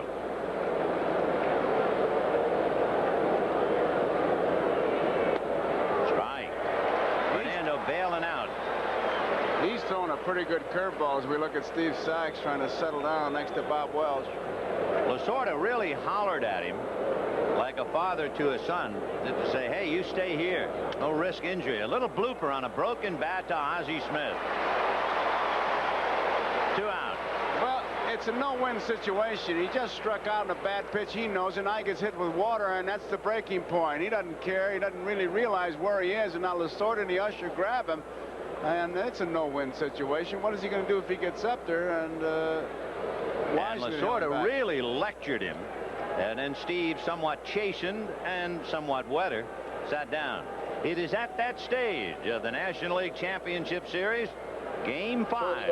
And everybody's getting a little tighter, and tempers are getting shorter. There's Tommy chewing him out about the fact you have nothing to gain going up into the stands and everything to lose. Nobody loves a fight better than Lasorda, especially when he was playing. But in this particular case, that was the wise move. Here's Mariano Duncan. Lasorda's the only guy I know of who was in a fight in a ball game and was attacked by a teammate. Yeah, I swear. There were brothers. He was pitching to one brother, and the other brother was playing center field for Tommy's team, and he knocked the brother down at the plate. Freeze brothers. He went in to fight Augie, and George Freeze, his center fielder, jumped Tommy, and the count is 0-2 on Duncan.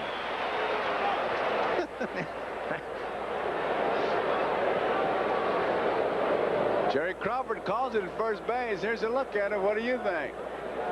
Good call. 0-2 to Duncan. 2-2 tie, top of the 5th. 1-2. So Duncan, in his 2 trips to the plate, hitting left-handed against Forsch, a much better hitter from this side of the plate, but not hitting a lick in the series. Less than 100. Busted bat and a ground ball to Pendleton. So the Dodgers are out in order in the 5th, and Daly broke 2 bats. And at the end of 4 1/2, a 2-2 tie. For the 5th inning under gray, weepy skies in St. Louis, but we got a dandy, a 2-2 tie. Ozzie Smith, Tommy Herr, and Jack Clark. 4-1. There you can see Vince Coleman in street clothing on the crutches directly behind Whitey Herzog.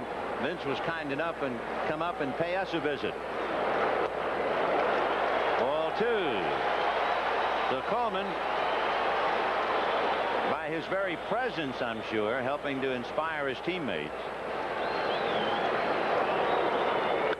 A drive to left field. Guerrero started in, makes the play. 1 away.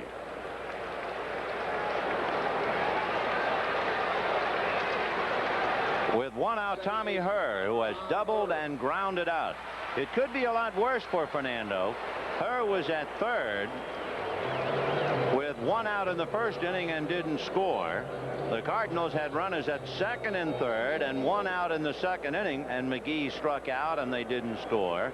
They had runners at 1st and 2nd in the 4th inning with 2 out, and McGee struck out. So the Cardinals have had ample opportunity to open it up. Ball 1. Tommy has hit in 5 straight, all 5.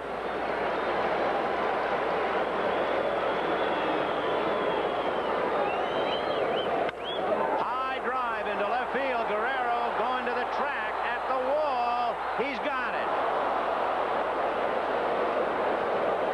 I have a feeling if this were a normal warm day in St. Louis, not a heavy damp day, that ball's out of here. That could be, but Herr really didn't drive that ball. He had already made a little bit of a weight shift because Fernando had taken a little bit off that pitch. He got it up where he didn't want to, but Herr really didn't get into it. I mean, his hips didn't drive that ball, and that was the difference between going out and staying. So with 2 out, here's Jack Clark. Ball 1. Clark lined out to Madlock. That's the ball he hit. Madlock caught it and dropped to his knees. And then last time up, Jack struck out. 2-0.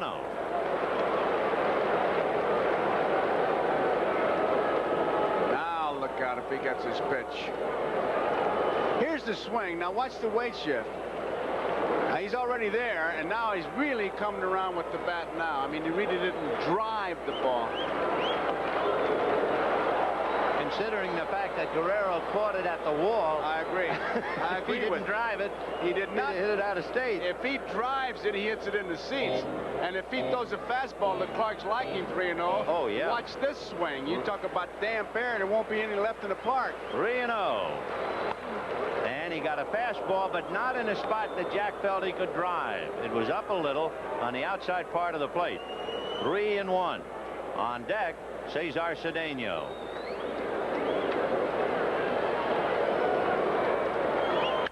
Line to right field, base hit.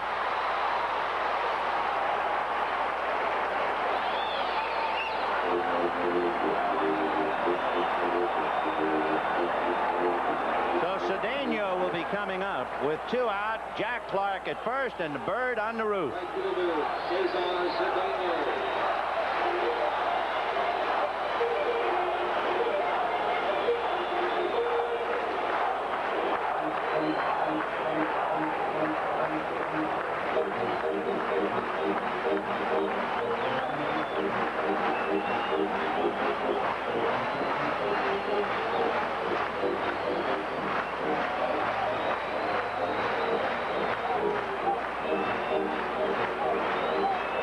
Fernando's waiting for the organ to stop.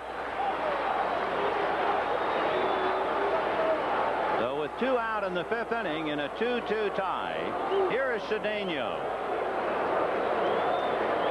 And immediately Fernando throws it away. And down to second base on the wild pitch goes Jack Clark. That ball was about a 50-footer when he threw it. You could see him shake his head. Watch where this ball bounces. I mean, it is about 4 feet in front of home plate. It's not even close to Socha. There's not. Watch where it bounces now, and you see why Socha had such a tough time. That's in front of the plate.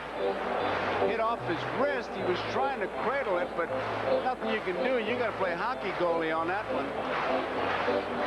So it could be a very expensive wild pitch. Jack Clark at second with 2 out. And 1 ball, no strikes to Cedeno. 2 balls, no strikes. After Cedeno, Tito Landrum. And he's getting behind these hitters, and you get behind power hitters, you're asking for it. I can't believe he missed that one, and neither can he. He thought surely that was in there. I can't believe Cedeno stood there like a statue, taking it all away. Tie ball game 2-2. What is he looking for? A base on balls? Fernando, I'm sure, thought he was pinched on that pitch. And now they're going to walk him. They're going to say, never mind. Look at Cedeno. They're not going to pitch to him. They'll walk him intentionally. For Fernando, 5 walks. This one ruled intentional. And here comes Landrum.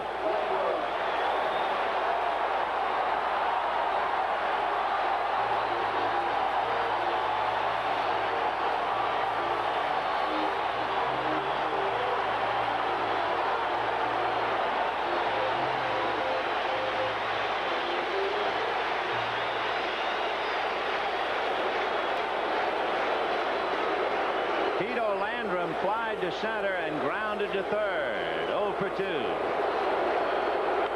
Fouled away. High curveball. He got that up in his eyes, and no hitter with the tie-breaking run at second base going to let a high curveball get by, even if it might be out of the strike zone.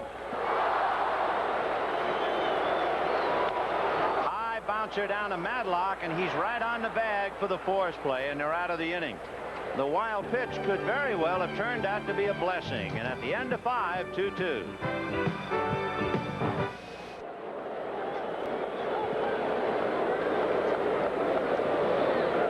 Ken Daly will be pitching to Kenny Landro, Pedro Guerrero, and Bill Madlock.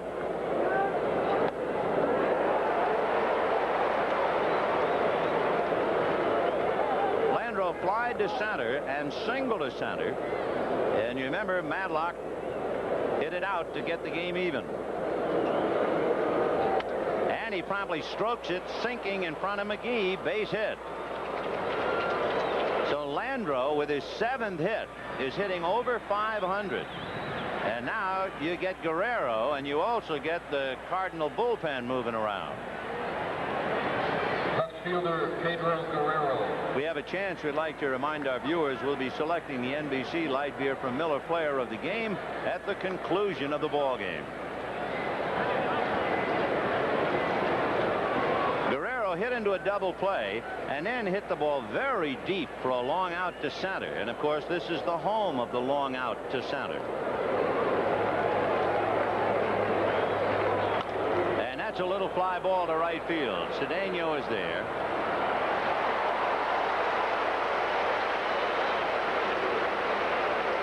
Coming up is Bill Madlock. You remember his last at bat? Third baseman Bill Madlock. Short, compact swing, much like Bob Horner. And here's Landro's reaction. He was the base runner.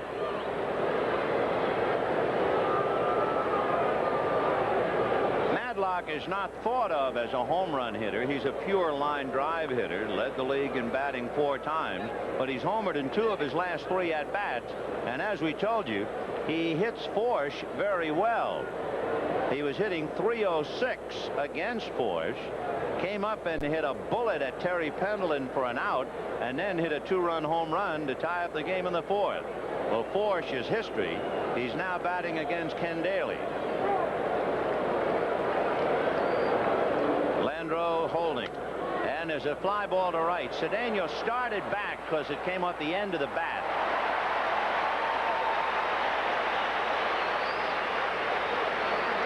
So Ken Daly is doing a fine job. He has faced 6 batters. Remember, he came in and he got Cabell to hit into a double play. And then since then, he's allowed just 1 hit.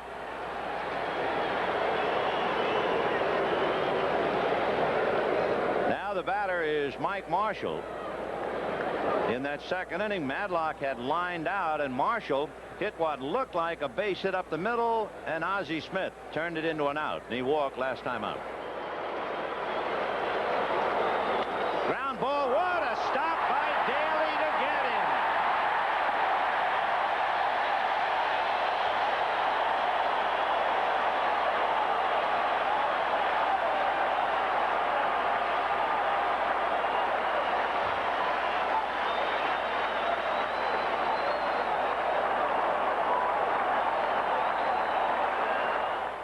So Marshall could have a perfect day with 2 singles and a walk. Instead, he is 0 for 2 because of the gloves of Smith and Daly. That's a strike to Pendleton, followed by Darrell Porter.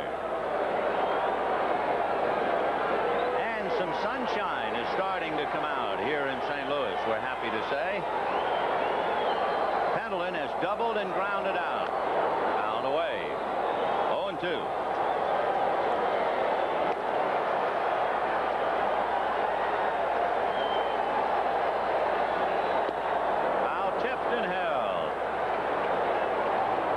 Be strikeout number 5 for Fernando. His high this year, he struck out 14 Astros. Catcher Darrell Porter.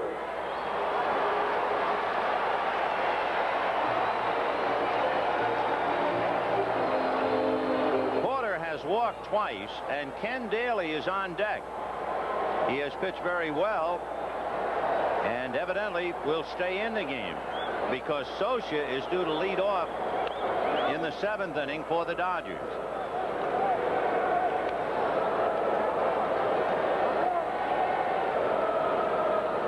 There's Ken Daly, who came in with runners at first and second, 1 out in the 4th, got Enos Cabell to hit into a double play. But the key, remember, was the pitch in the dirt when Cabell told the runners to move to second and third. The runners did not heed the wave, and then Cabell hit into the double play. 0-2. Now back, and look at Porter. You think he was hacking? That was another one of those nice high curveballs, and when they see that, the eyes really light up. And watch where the pitch is. It's up, and when he sees it, he's going to go to work on it.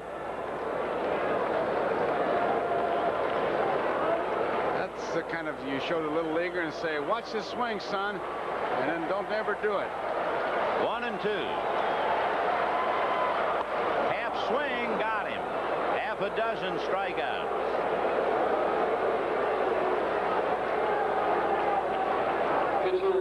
A reminder tomorrow, Game 6 of the American League Championship Series from Toronto. Bob Costas and Tony Kubek will be there. Doyle Alexander and Bud Black are the pitchers. That'll be at 8 p.m. Eastern Daylight Time. Here is Daly. Remember, he singled sharply in the 4th inning. You know, I look at Fernando Valenzuela in front of crowds of 50-some-odd thousand, nationwide television, and beamed all over the world, as far as I know. And I think of a line written by an English golf writer named Bernard Darwin. Fernando is from a little place called Echahuaquilla in Mexico, and Darwin would refer to it as the back of beyond. And he has come from the back of beyond to center stage in the world. I mean, that's a quantum leap for any human being. And he has reached the 100 mark. 1-2. Ground ball, fair ball to Cabell, hangs it for Valenzuela. So they're gone in order. Only the second time in 6 the Cardinals have been retired in order. We'll be right back after these messages from your local station. Jim Daly working on Mike Scioscia, Enos Cabell, and then Steve Sachs. 7th inning, 2-2. 0-1. Vin, we've just heard from Toronto, and Dick Hauser has changed his pitching plans. Mark Gubiza instead of Black. So that's a change we just learned about just minutes ago. Okay. 1-0. Gubiza and Alexander in Game 6. Meanwhile, 2-0 to Mike Scioscia, who is second in the National League in on-base percentage behind Guerrero. Reason we had mentioned earlier, we thought Scioscia was a little tired. In looking back, he had 2 hits, one of them a bunt, and 7 little balls hit in the air, not hard at all, little pop flies. He broke his bat and got a base hit in the 2nd inning, and then was awarded first on interference charge to Darrell Porter. Mike has put in a huge year. Good one. He's going to get some MVP votes. He should. So Mike Rourke has been on the phone, and in a minute Todd Worrell evidently will answer the call again. 3-0. Ball 4. Now remember, Daly has worked 2 2/3 innings, and the question now is whether his needle is on empty or not. First baseman, Enos Cabell. Daly has made 36 pitches. That wouldn't be a lot for a starting pitcher. It's just a question as to how Whitey has used him this year. He's been in 57 games and averaged only a little more than 1 inning of work in each appearance. You can see him setting up the defense as far as Cabell, because you got to be looking bunt. Especially with Cabell's habit. He's a ground ball hitter. We mentioned that when he came up in the 4th inning, and he hit into the double play. Swing and a base hit. Scioscia to second. And now the Dodgers have 1st and 2nd and nobody out, with Sachs, Valenzuela, and Duncan. And we'll see, as Porter looked over to the Cardinal dugout, if Whitey is going to make a move or not. Sachs has been called back into the dugout. Tommy Lasorda is talking to him. Tell you, Pendleton broke in at 3rd base. He certainly was looking bunt. Lasorda switched it, and now he's telling him exactly what he wants, and I'm sure it is make the 3rd baseman feel it, but if he charges hard, don't be afraid to swing. We may switch off. Here comes Whitey. So we wondered about just how long Daly could go, and perhaps we got the answer. Let's take a look at Todd Worrell. When they brought him up from Louisville in August, he wound up with 3 wins, 5 saves. He's been successful in all 5 save opportunities, and he struck out 17 batters in 21 innings.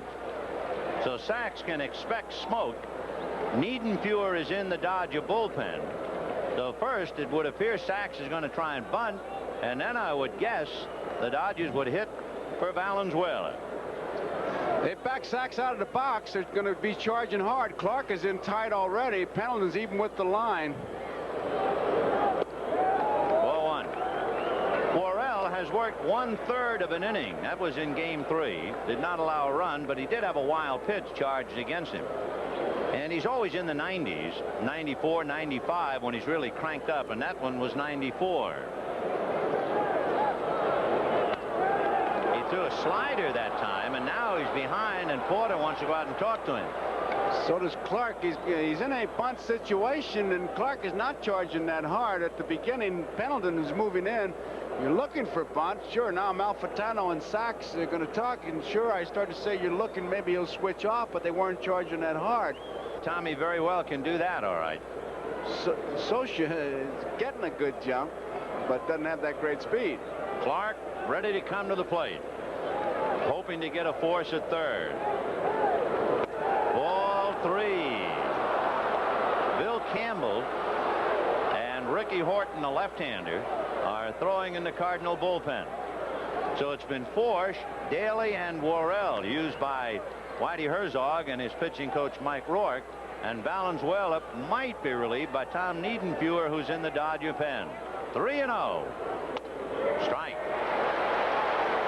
Now what do you do 3-1?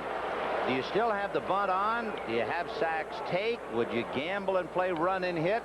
Lasorda has all kinds. Well, I'd have to call myself a conservative manager. I would want him to bunt the ball. I would want him to bunt it and bunt it towards third and move him over. Fancy plays will get you right into the second division. Sachs has only sacrificed 3 times all year. And he's going to swing, in fact, take. Now the question is, you don't expect him to try to bunt 3-2. What about striking out?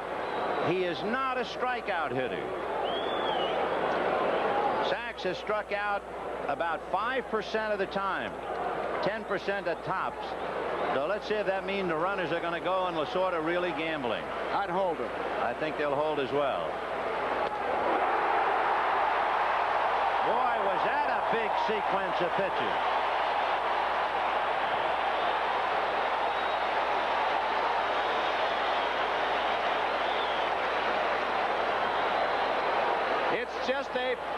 It's just a fastball. It's just your ordinary 91-mile-an-hour fastball. What I mean, he just, forget the finesse, he just fired it.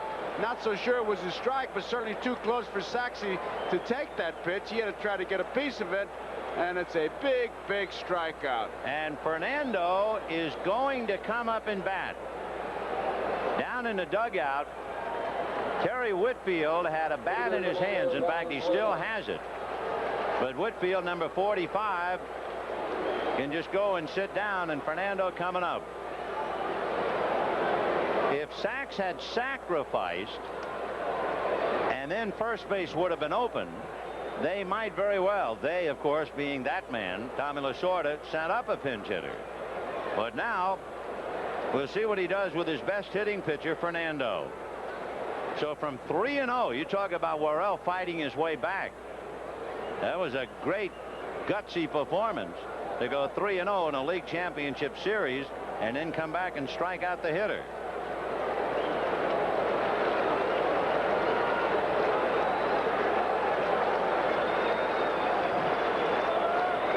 Soch second, Cabell at first, 1 out. Ground ball off the glove of Worrell, and the runners move up. Soch advancing to third and Cabell to second. And now Mariano Duncan will be the batter. Take another look as Worrell flags it. Looked like it was the outside part of the plate, and off the end of the bat, he just knocks it and dunks it down, deflects it enough. Really fires at the first base, able to get Fernando. Fernando was going all out, but he doesn't have that great speed either. Key for a rookie pitcher. So many of them will panic in that kind of a spot and throw the ball down the right field line. But Worrell made the full turn, threw it hard, but he hit Jack Clark right on the belt buckle. We didn't have a chance, so much action, but before he even pitched to Fernando, he had talked to Ozzie Smith to set up who he was going to throw the ball to in case it was hit back to him in trying for the double play. So he was thinking about what he would do with the ball if he got it. Mariano Duncan broke into the big leagues against Nolan Ryan, and the first at-bat he ever had, Ryan struck him out, which didn't come as any big surprise. They're kind of shortening up at first base, expecting a possible bunt for a base hit. 2 out, 2 on, a 2-2 tie. And he pops it up in foul ground. Porter and Clark, it's playable. It is Porter.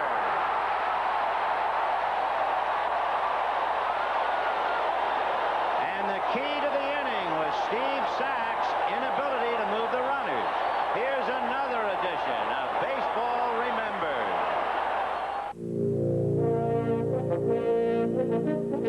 Old Spice presents Baseball Remembers. Brought to you by unmistakably masculine Old Spice aftershave and cologne. Splash on the feeling. Splash on Old Spice. Bobby Thompson remembers his pennant-winning home run in the 1951 playoffs. At the time, all it meant to me was that we beat the Dodgers, and I guess we had a rivalry that was second to none. At least they feel that way in New York. I can say this, at the time I made that swing and lucky enough to hit the ball out of the park, and we won. I never thought they'd be talking about it years later.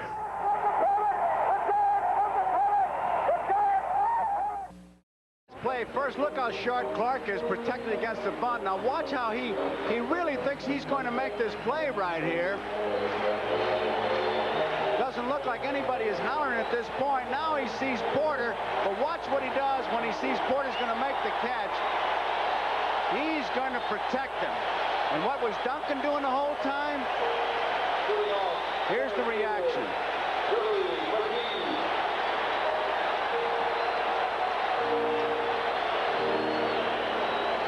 Willie McGee will start it off in the bottom of the 7th inning in a 2-2 tie. Fake the bunt, ball 1.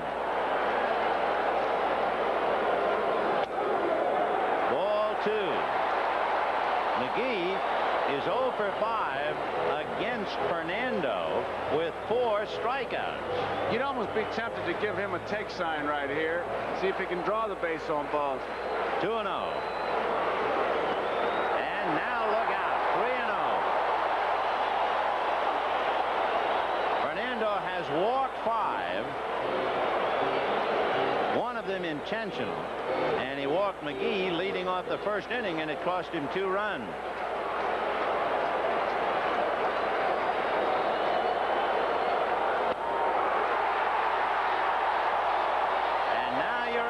For it. When will he go is the question now. Pernoski calling down to the Dodger bullpen. We'll see if Niedenfuer gets up. So the Dodgers had a golden opportunity and couldn't do anything. And immediately as Niedenfuer gets up, here come the Cardinals.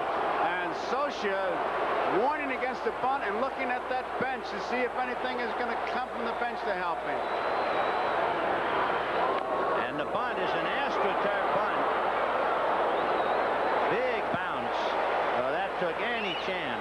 1-4 sack.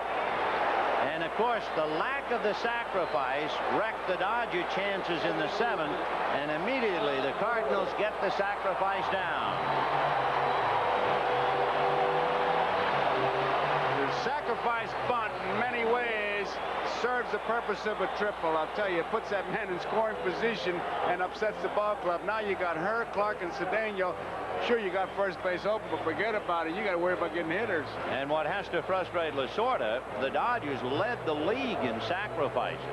They certainly should have become reasonably adept at it. But when the big moment came, it wasn't there. And when it came to the Cardinals, it was. Tommy Hers doubled, grounded to short, flied to left, hitting .353. Ground ball to short. Going over to third is McGee. And actually Duncan never had a chance to get him. Willie just breaks and moves so quickly. So 2 out. The tie-breaking run is 90 feet away. And Jack Clark at the plate.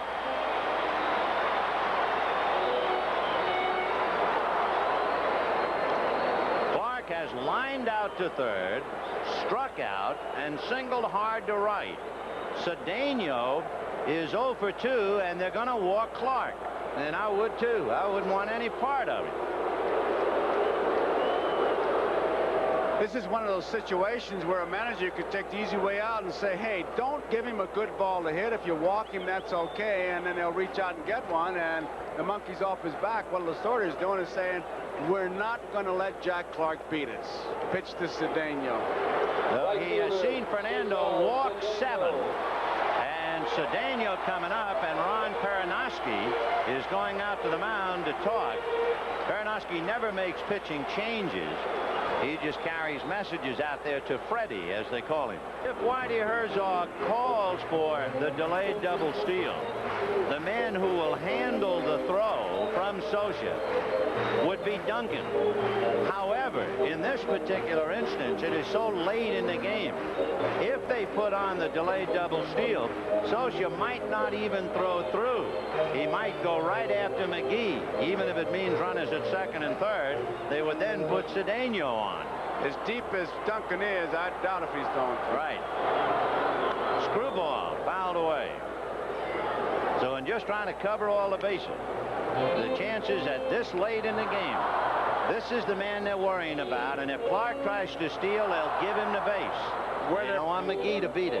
Where they're playing now, Ben, that's guaranteed because Sachs is too far. He'd have to get it on the run. Duncan can't get there either. 0-1. Almost hit him. 1 ball, 1 strike. Mike Soshiwakin had a little bit out there. I'm sure Cedeno was just a bit upset. It was not a knockdown pitch. He was just trying to pitch him inside and say, give me back half that plate. You can see it for yourself. That ball was not a knockdown. The one to Sachs the other day was a knockdown. This was not. And what Runge is saying, let's not start anything that's not there. Ball is inside. And Cedeno looks like he's saying, well, I'm the hitter, and I thought it was. And they have concluded the discussion. Runge says, I'm the umpire, and let's get to playing baseball. Let's just cut it out. If anything's going to start, I'll stop it. He's getting on social a little bit. Now Cedeno saying, all right, okay. Here's the guy, Willie McGee, representing the tie-breaking run at third. 2 out. Jack Clark at first. 1-1 to a somewhat hot Cesar Cedeno. And it's hit to Landro in center. Fernando is out of the inning. No runs, 2 hits and 2 left. And both managers are going right down to the quick. The stage ever set for euphoria and delight for one club and heartbreak for another. We go to the 8th at Busch Stadium, all locked up 2-2. The Dodgers squandering an opportunity in the top of the 7th. And the Cardinals come up empty in the bottom of the 7th. And now it will be Landro, Guerrero, and Madlock against Todd Worrell. We talk about Worrell's speed. All you have to do is look at Willie McGee, who is shading Landro a little bit towards left center field. They don't think he'll be able to pull him. 0-1. Look at that defense. That gives you an indication of the speed. A lot of room in right center field. They think that Landro will go to left center field. They're really protecting that gap in left center. And yet late in the game, of course, Jack Clark has to stay pretty close to the foul line back of first. He had a pretty good rip at that. 1-1. Oh, 94. He just rears back and pumps. And he goes to left field, but it's just a fly ball to Landro. That's the way they played him. That's the way they pitched him, up and away. That's good pitching and certainly good scouting. The batter is Guerrero. Hit into a double play. Fly to center. Deep. And then had a bad swing and hit just a little fly ball off the end of the bat in the 6th inning. And that resulted, if you remember the scene, of Candy Maldonado giving him a little pantomime of the fact he was opening up too soon at the plate. Fastball, he didn't get around on it. Foul ball to Clark.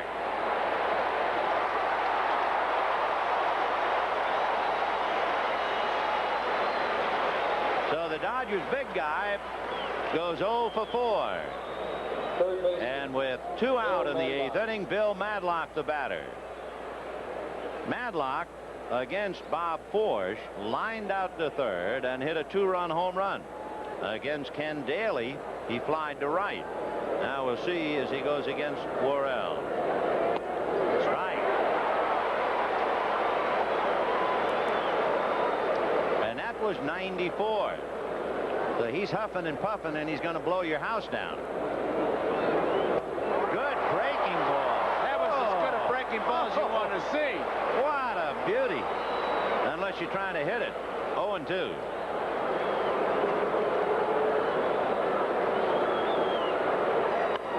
Hit off the end of the bat, dribble to Clark. He's got it in fair ground. He's something, that big kid. Todd Worrell. Spell the name in capital letters.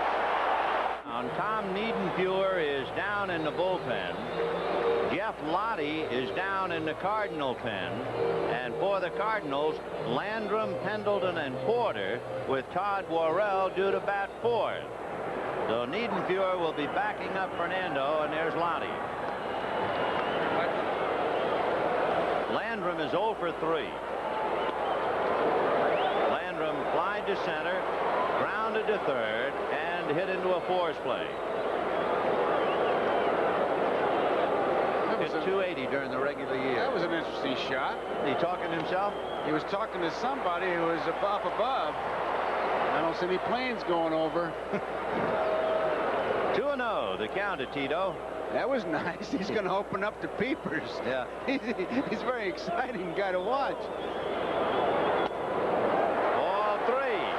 You remember Fernando started the 7th inning by walking Willie McGee, and that certainly looked like it would prove to be his undoing, and he got off the hook. Now he's behind to the leadoff hitter in the 8th. He has walked 7 in there. The most walks Fernando gave in a game this year. He walked 8 in July, and in that game he beat the Cubs despite walking the 8th. 3-1. And he has walked his 8 now. Base on balls in the 7th, 8th, and 9th inning. Usually really comes home to haunt. He walked the first 2 to start it off. That's where the 2 runs came. No defense against that base on balls. One other consideration for Lasorda and Perinoski. Fernando is an excellent fielding pitcher, in direct contrast, for instance, to Jerry Royce, who is not a good fielding pitcher.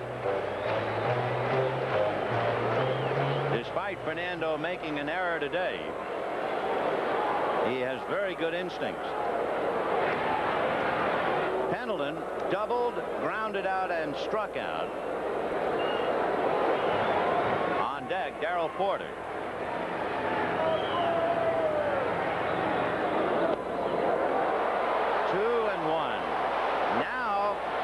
It's an ideal time to put on a play, but again, the question is, can you rely on Fernando throwing a strike and Lanier maybe hanging out a sign? You got to look for it here. You can't worry about Fernando's wildness, because if he's near the plate, he's got to put the bat on the ball, and he will break up that double play. The double play would be the inning record. Landrum held on by Cabell at first. He's not going. He froze him again, Vin. He's done a good job holding him on. He's just flipping the ball over there on his moves, and then he just freezes him. And Landrum was actually breaking back to the bag. Remember, we talked about how the Dodger hitters or pitchers were going to try and hold the ball extra long to let the runner settle, and Fernando did quite a job.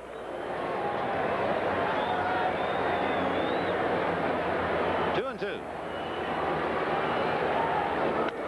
Hit to left field and deep. Guerrero is there, however, to make the play, and back to first comes Landrum.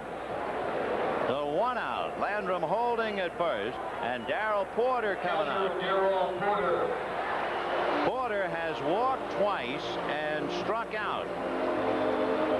After Porter is Todd Worrell, and the pitcher is on deck, but Jeff Lottie is down in the pen.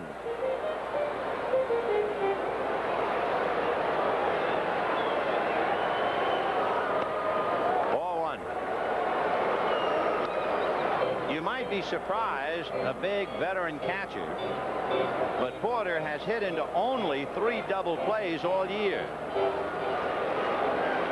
1 ball and no strikes. 1-1. Ball 2. Fernando has walked 8, struck out 6, and has made a lot of pitches. He has now made 128 with 1 out in the 8th inning.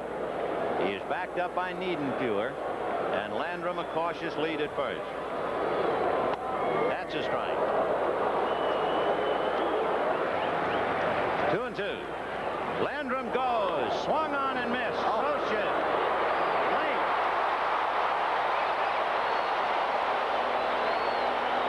Mike made a bad throw, and he's explaining it now. Even bouncing it.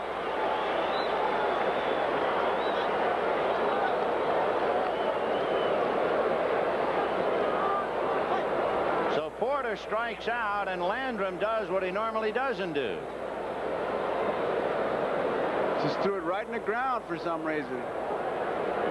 The some reason is the bottom of the 8th, and apparently Socia might have thought that Porter's swing bothered his throw. Watch him stagger, and he had to throw over the top of his head.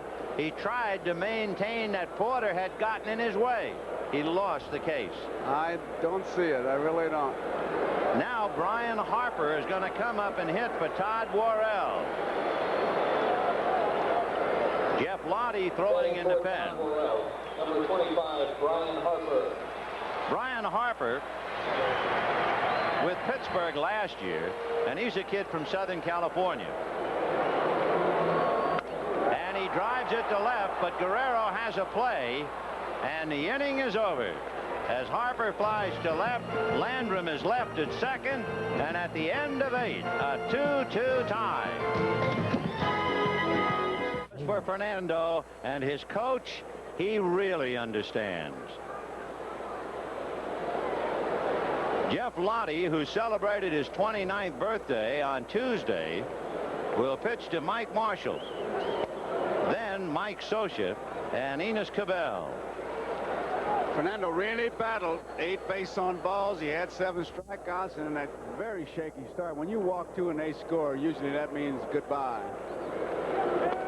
Hard breaking ball, and even harder swing, and the count 1-1. Marshall has been a victim of some brilliant Cardinal defensive play. He banged one up the middle. Ozzie Smith took a hit away from him. He hit a shot back to the box in the 6th inning, and Ken Daly made a brilliant play to get him. In between, he walked. Fastball, cracked bat, ground ball to Ozzie Smith. 1 away.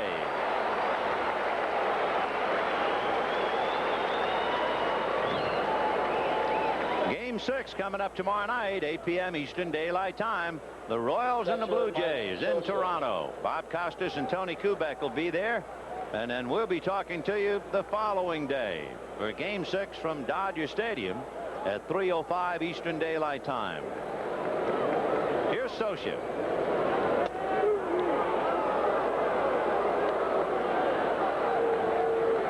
Socia single to right, reached on the error interference charge against Porter, and walked in the 7th inning.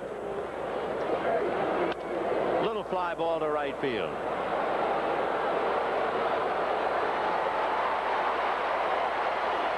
I tell you what, there is going to be a lot of noise on the 3rd out in this top of the 9th inning, so in case you're not keeping score and you're wondering, in the bottom of the 9th inning, the St. Louis Cardinals will have Willie McGee, Ozzie Smith, Tommy Herr, and if anybody gets on, Jack Clark.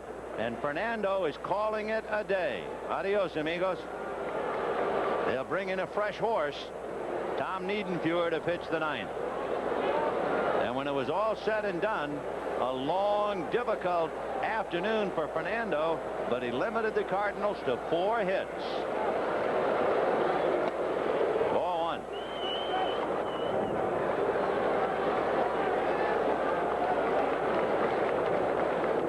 The Fernando numbers of old, Vin, if nothing else. 2-4-1. And then 8 walks and 6 strikeouts.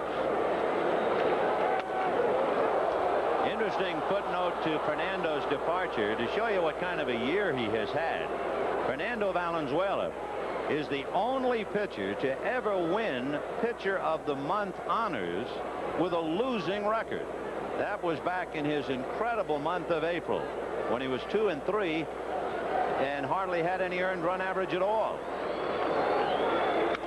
Fly ball, and it'll be Willie McGee. And look out now. Here comes the bottom of the 9th inning.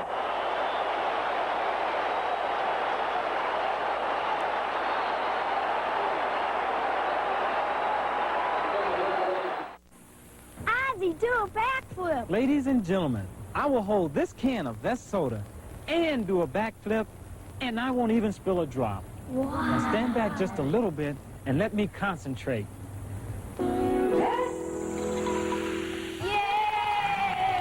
Thank you, thank you. Oh, Oh, yes, the million bubble taste of Vest for less. You will definitely flip over it. 132 pitches in constant trouble, and he kept his ball club alive through 8. Now he hands it over to Tom Niedenfuer. Now pitching number 49. And at first base, Glenn Matuszek.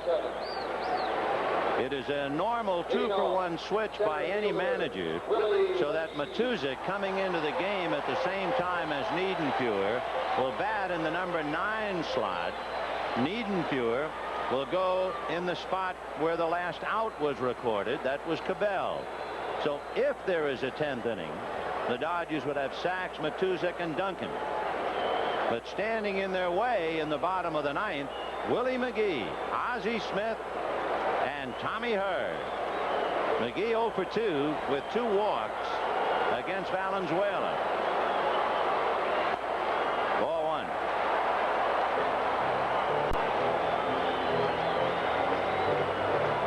Whitey Herzog, all geared for action in the 9th. Well, we had a feeling it was going to be bullpen against bullpen, and that's where we are in the 9th inning. Strike. 1-1. The Cardinals have used Force, Daly, Worrell, and leIty. The Dodgers, Valenzuela, and now Niedenfuer. Niedenfuer worked in the Fernando game, the first game of the series. He worked 2 innings. He allowed a hit and struck out 2. He has not pitched since then, and he's been behind to McGee as Amalfitano brings Kenny Landreau up in left center. 2-1. Madlock right at the bag. Matuszek guarding the foul line at first.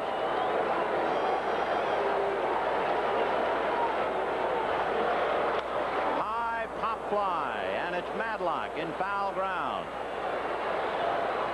And they take care of McGee.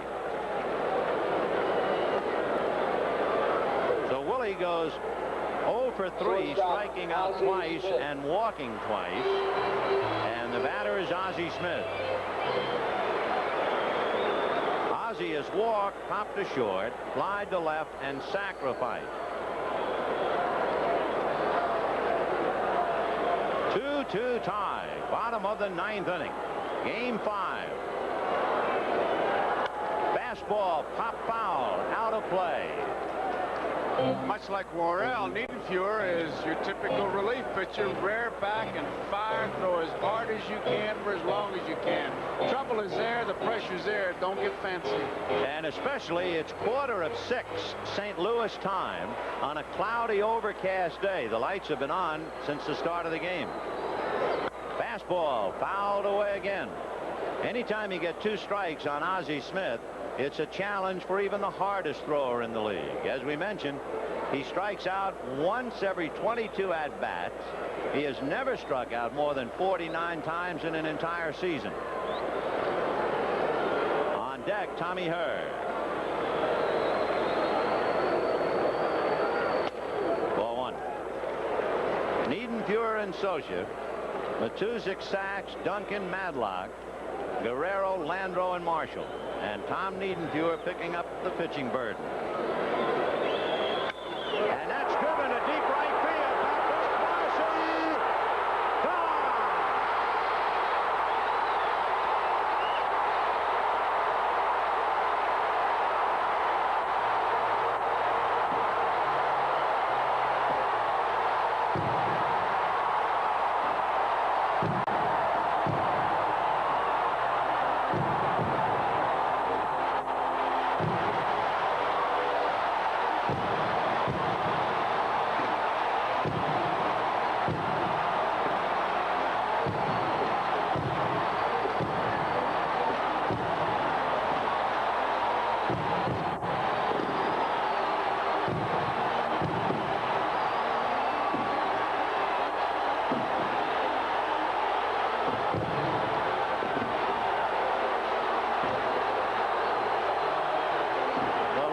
From Miller, MVP, needless to say, is Ozzie Smith. For Joe Garagiola, Vin Scully, we'll see you at Dodger Stadium in Los Angeles. And a runner at third, nobody out in the first and didn't score. Second and third, 1 out in the second and didn't score. Smith corks one into right down the line. It may go. Go crazy, folks. Go crazy. It's a home run, and the Cardinals have won the game by the score of 3-2 on a home run by the Wizard. Go crazy.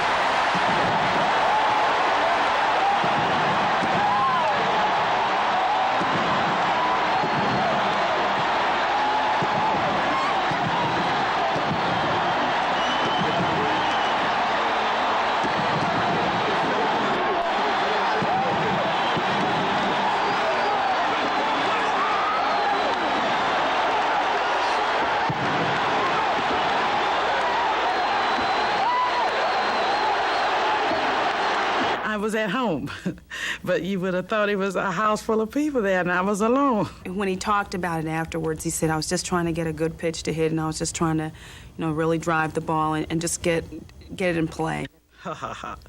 I really wouldn't like to tell you what I did, but you could hear the cheers going up. It still gives me chills to think about it.